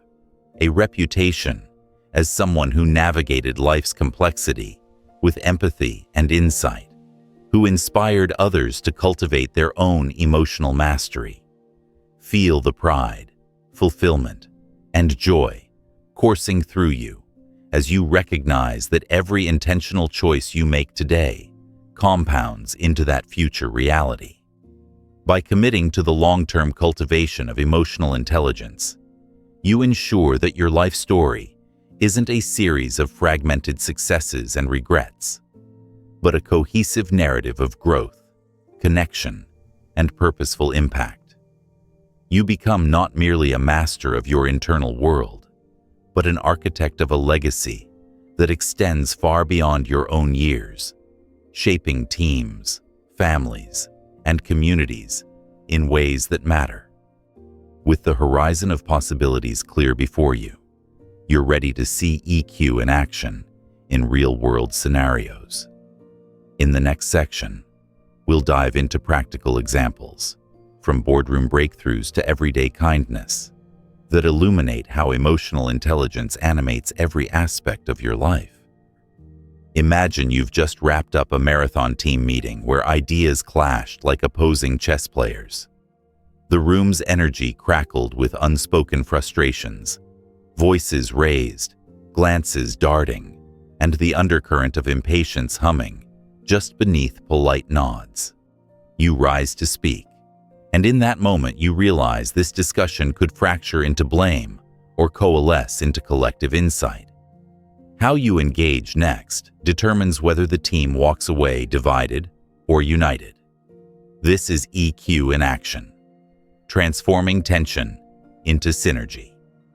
You observe 2 senior colleagues locked in a heated exchange over project ownership. One speaks rapidly, insisting on sticking to timelines. The other counters with concerns about quality and team burnout. Tension spikes. You draw a gentle breath, activating your self-regulation practice. Physically, you ground yourself by feeling both feet firmly planted, and mentally, you recall your if-then plan. If conflict escalates, then reframe. Stepping forward, you summarize neutrally.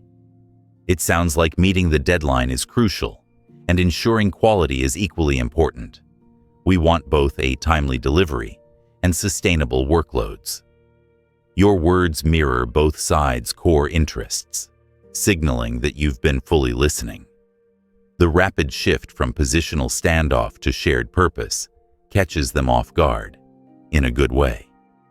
You then invite brainstorming. What adjustments to the timeline or task assignments would maintain both pace and quality? Within minutes, they propose a staggered deliverable plan that balances urgency with thorough testing. Key moves in the moment. Self-regulation anchor, grounding breath. Plus, internal cue prevents reactive interruption. Empathetic framing. Paraphrasing both positions validates feelings. Collaborative question. How can we achieve both goals? Shifts from conflict to co-creation.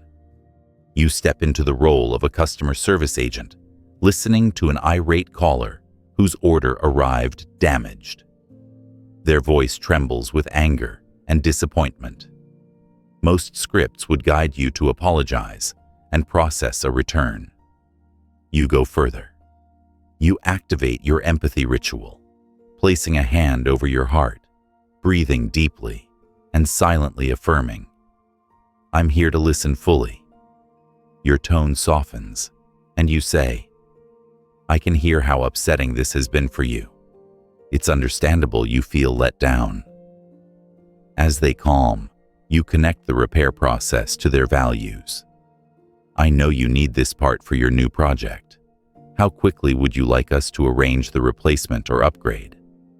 By aligning the solution with their deeper need, timely delivery for a critical project, you demonstrate that you care more about their success than mere policy compliance.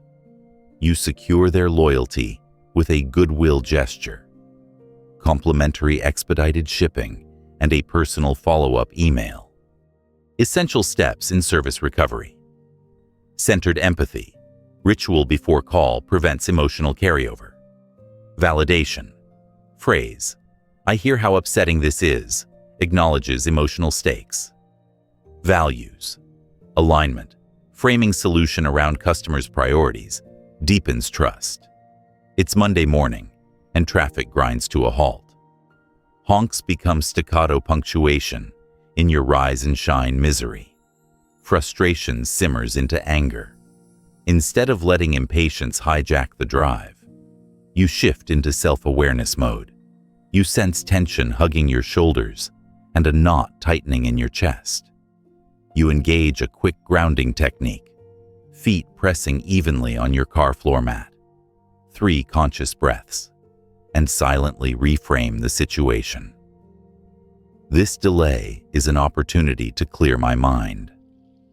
You flip on a carefully curated playlist of instrumental tracks you call your success triggers.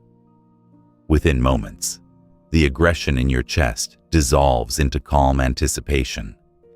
You use the time to mentally rehearse your top goal, delivering a compelling presentation at 10 a.m.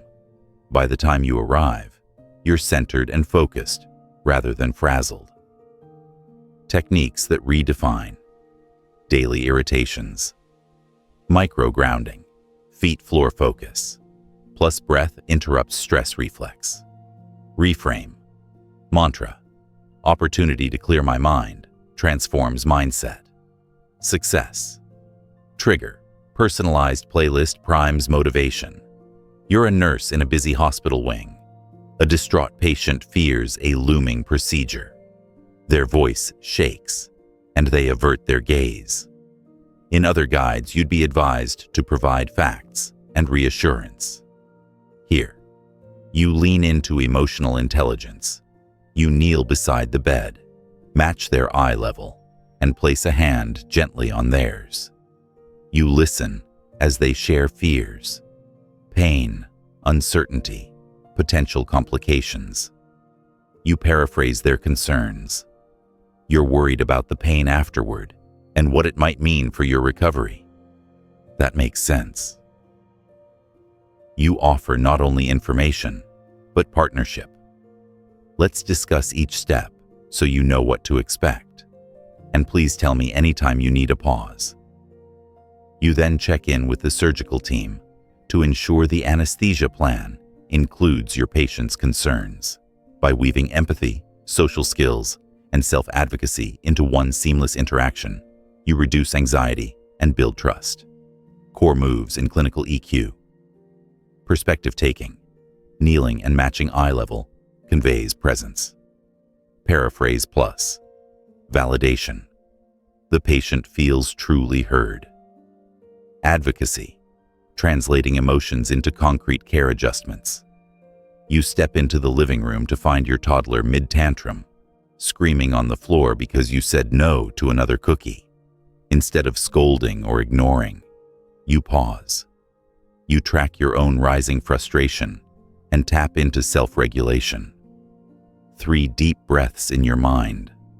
A brief remembrance of your why as a parent, nurturing their health and self-control. You crouch, mirror their tears with gentle eyes, and say softly, "I see you're upset. You wanted another cookie. That's hard." Your empathy soothes a fragment of their distress. You then guide them toward a regulated choice. Can we take 3 big breaths together, and then we'll choose a healthy snack? As you breathe loud together, the tantrum subsides into hiccups. You follow with a playful cookie dance to reinforce positive emotions. Key parenting. EQ steps. Self-regulation. Pause to center. Preventing reactive discipline. Emotional labeling. I see you're upset. Normalizes feelings. Guided regulation. Joint breathing fosters co-regulation. You're leading a remote brainstorming session. Cameras flicker on, and you sense disconnection. Pixelated faces, muted microphones, hesitations in chat comments. To spark engagement, you deploy EQ strategies online. You open with a personal micro-story about your own remote work struggles, camera fatigue, blurred boundaries, and invite everyone to share theirs in the chat. As names pop up, you paraphrase and validate each comment. Taylor, you mentioned feeling drained after 6 back-to-back calls. That sounds overwhelming. You then shift into collaborative mode, using an online whiteboard for shared idea mapping. You group suggestions into themes voiced by participants, drawing energy from their input. When you notice someone lingering on the edge of the screen, you use an if-then approach. If someone is quiet for 2 minutes, then call on them gently. Jordan, I'm curious what your take is. What's one challenge you see here? This careful scaffolding transforms passive attendees into active contributors. Steps for remote EQ mastery. Micro-stories. Personal anecdotes break digital ice. Chat. Paraphrasing. Mirrors virtual comments for validation. Selective callouts. Gentle invitations prevent silences from persisting. The barista at your local cafe greets you with a tired hello. Instead of a perfunctory thanks, you pause your phone, make eye contact, and say, "I really appreciate your kindness this morning. It brightens my day." You notice their shoulders lift as they beam back. That tiny exchange uses EQ in its purest form. Self-awareness of your gratitude, motivation to share it, empathy for their unseen efforts, and social skill in delivering a genuine compliment. When you weave these small acts of emotional intelligence into your daily routines, leadership interventions, customer recovery, commuter composure, compassionate care, parenting guidance, virtual facilitation, and spontaneous kindness, you illustrate that EQ isn't a checklist, but a living practice. Each scenario calls on you to blend self-awareness with regulation, empathy, motivation, and social skill in real time. As you finish this section, reflect on one scenario that resonates most. What single EQ move will you commit to practicing this week? Keep that intention top of mind, and notice how the world responds when you bring emotional intelligence into action. Imagine it's a day unlike any other. Your company just announced a sudden restructuring. Your closest friend confronts you about a hurtful comment. And halfway through, your phone buzzes with news of a family emergency. The emotional onslaught threatens to overwhelm you. It's in these high-stakes moments that emotional intelligence truly earns its keep. When pressure peaks, EQ transforms chaos into composed action, resentment into resolution, and fear into focused energy. In this section, you'll discover how to harness every pillar of emotional intelligence to navigate life's toughest storms. You'll learn a 4-phase framework: pause, perspective, plan, and pivot, that integrates self-awareness, self-regulation, empathy, motivation, and social skills into a seamless response system. Through vivid case studies, interactive exercises, and memorable metaphors, you'll sharpen your ability to steer even the most turbulent situations toward growth, connection, and positive outcomes. When emotions surge, your brain's fight-or-flight reflex can hijack reason. The critical first move is to hit the internal brakes. Self-awareness in the moment. Right as you receive bad news, perhaps your project is scrapped overnight. Notice the physiological signals: clenching stomach, shallow breath, racing heart. Label them mentally. I'm feeling shock and frustration. This naming activates your prefrontal cortex, giving you a momentary window of choice. Grounding ritual. Employ a rapid grounding technique. Press your feet firmly into the floor. Place a hand on your chest and take 3 slow, deliberate breaths. Inhale for 4 counts. Exhale for 6. As you do, repeat internally: I'm here. I'm seeing this clearly. This triad of embodiment, breath, and affirmation reorients your nervous system from panic toward calm. Interactive prompt. Pause now for 30 seconds. Close your eyes. Scan your body from head to toe. Name any tension. Then take 3 grounding breaths. Notice how even this brief ritual changes your internal landscape. With your initial storm quelled, it's time to widen the lens and shift the narrative. Cognitive reappraisal. Imagine your brain as a radio tuner. When you're upset, the frequency locks onto victim channel, playing static of blame and regret. Cognitive reappraisal shifts you to learning channel, inviting insights instead of fueling resentment. Ask yourself, what opportunity does this challenge present? Or, what can I learn that will strengthen me? Empathy for all parties. If the challenge involves others, like your friend's confrontation, step into their shoes. They might feel hurt or excluded. Reflect. If I were them, what hurt would I feel? Then hold that feeling compassionately. This empathetic stance prevents you from reacting defensively and opens the door to authentic dialogue. Case study. When a beloved colleague was passed over for promotion, they snapped at the team lead in frustration. Instead of responding with the standard, "Let's discuss performance," the lead practiced perspective taking. "I hear you're disappointed. You care deeply about this role. I'd feel the same in your position."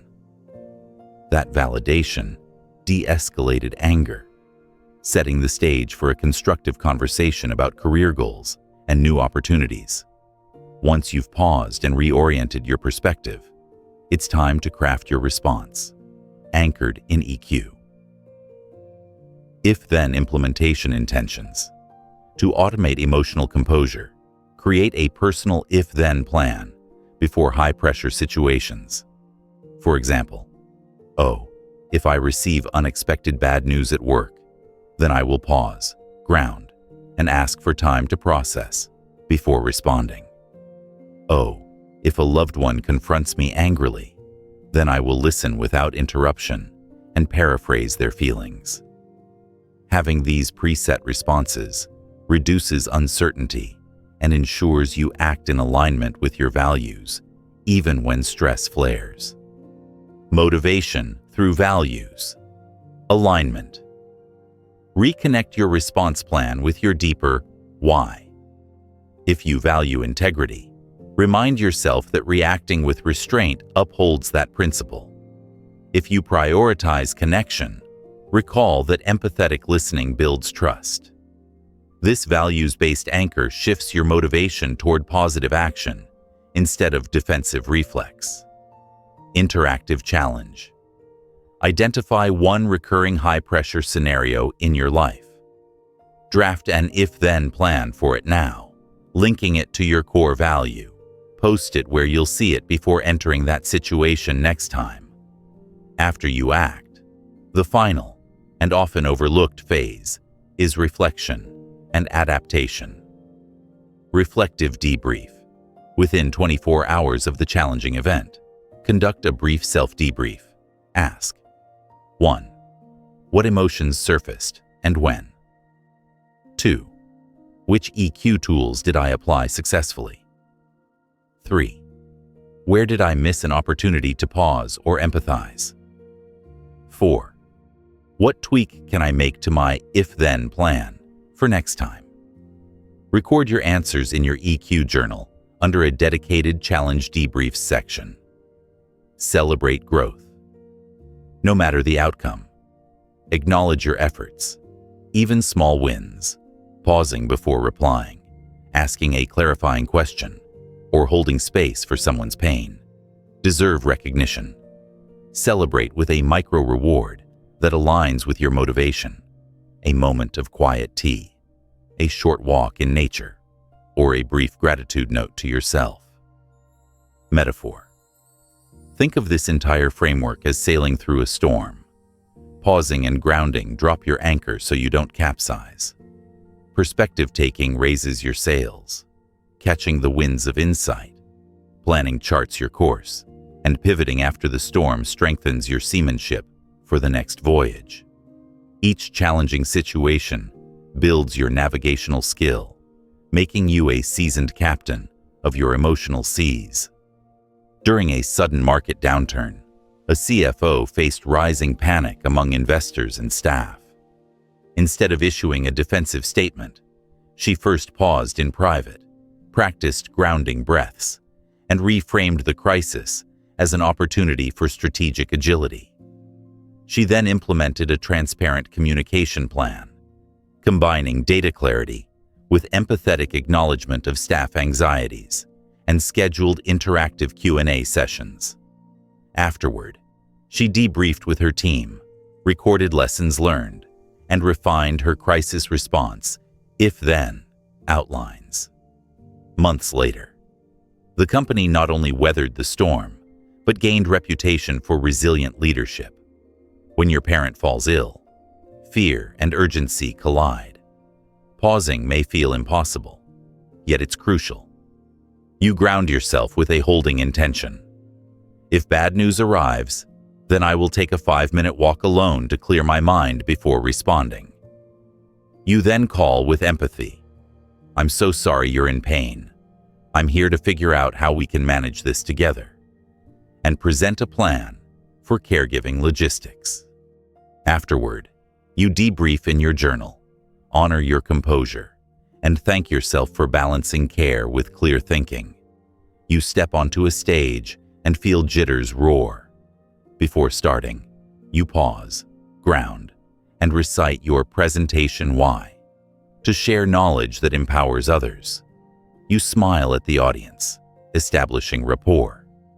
When a tough question comes, you use your reframe. This is a chance to dive deeper and answer calmly.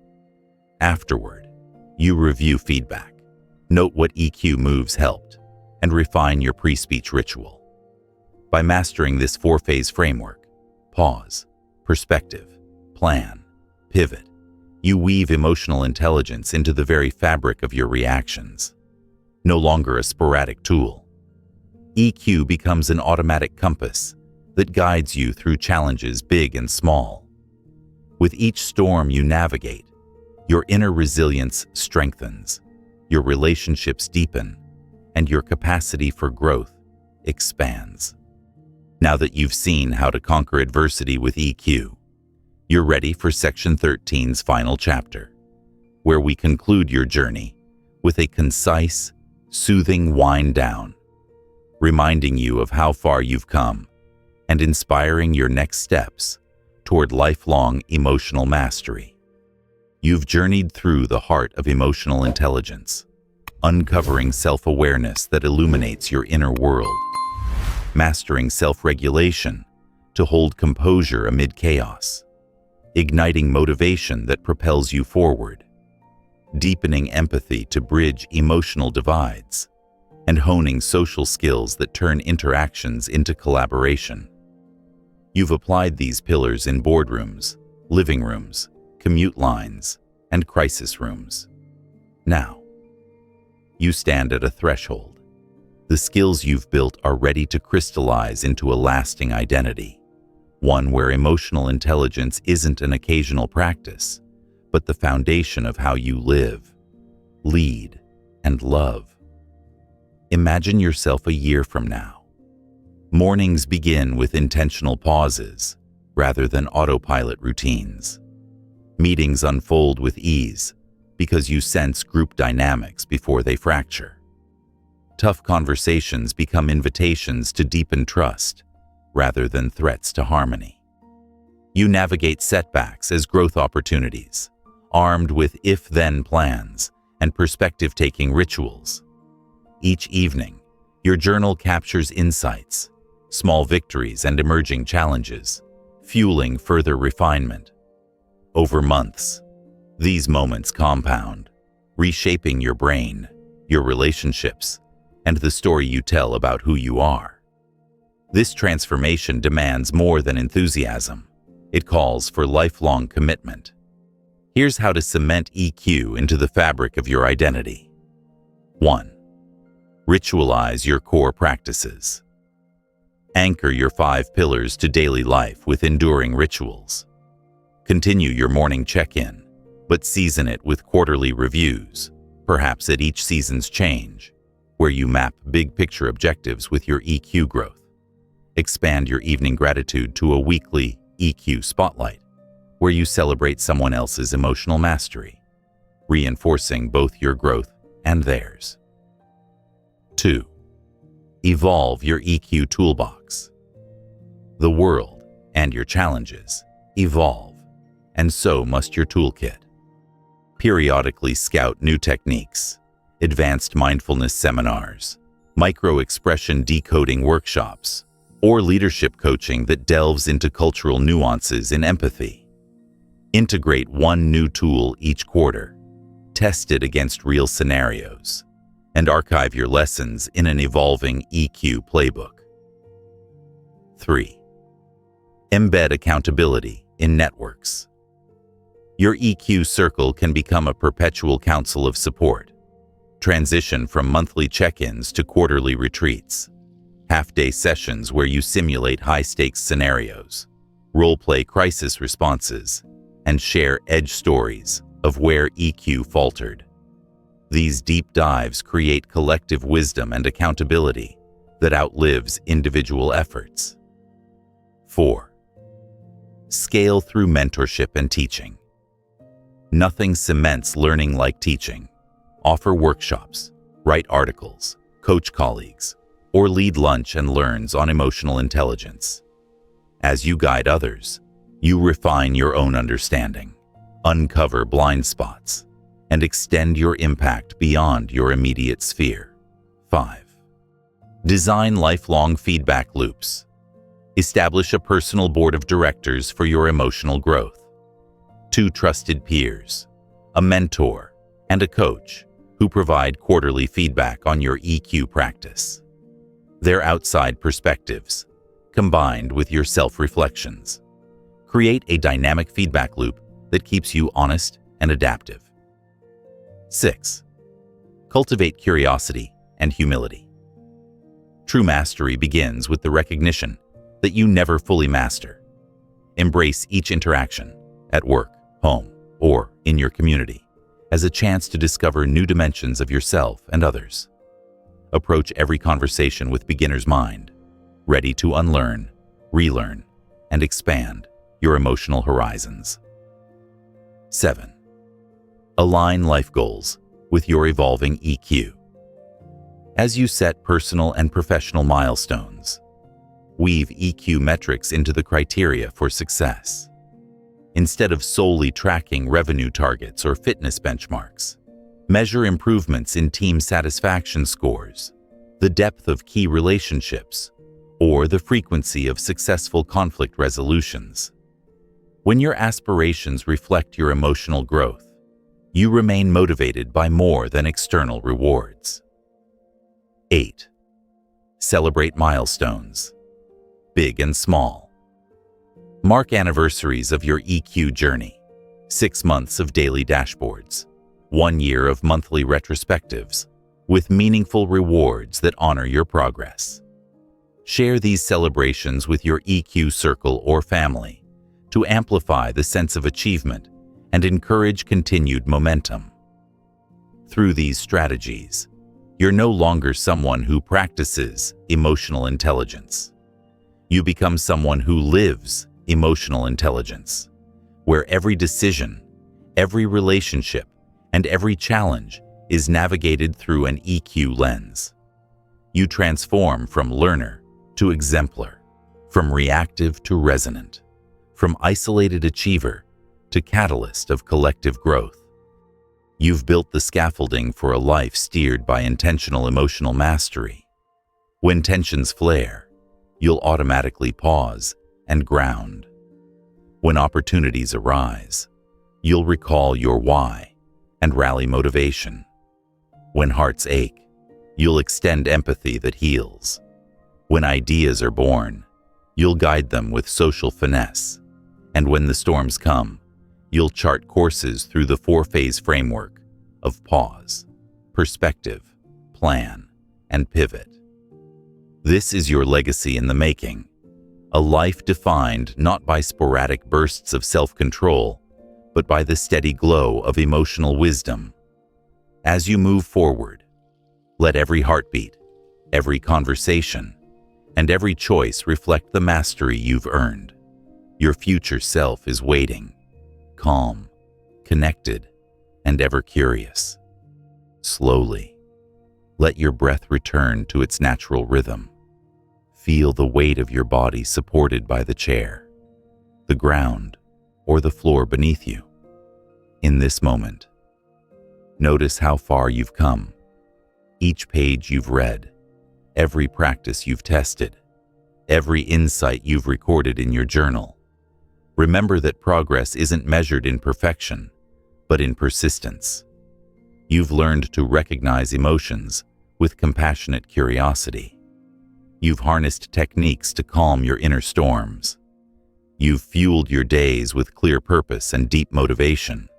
You've built bridges of understanding through empathy, and you've navigated conversations with social grace. These are not simply skills you've added to your repertoire. They're the threads that will continue to weave the tapestry of your life. As you set this script aside, carry forward the knowledge that emotional intelligence is a lifelong companion, not a one-time achievement. There will be days when you soar effortlessly, and there will be days when patience feels thin. Embrace both with equal kindness. On days of triumph, celebrate with gratitude. On days of challenge, lean into your EQ framework. Pause, reframe, plan, pivot, and trust that each stumble is a lesson in disguise. Tonight, as you rest, visualize the calm center you can always return to, the place where awareness meets choice. Know that every intentional pause, every act of empathy, every step taken in motivation and collaboration compounds into a life of resilience, connection, and fulfillment. Tomorrow, when dawn breaks again, you'll rise with that same gentle intentionality, stepping into your day as someone who shapes, rather than is shaped by, emotions. Thank you for dedicating this time to your growth. Your journey continues beyond these pages, unfolding in every moment you choose emotional mastery over reactivity. Rest now in the certainty that you possess the wisdom, the tools, and the heart to thrive, today, tomorrow, and for all your days.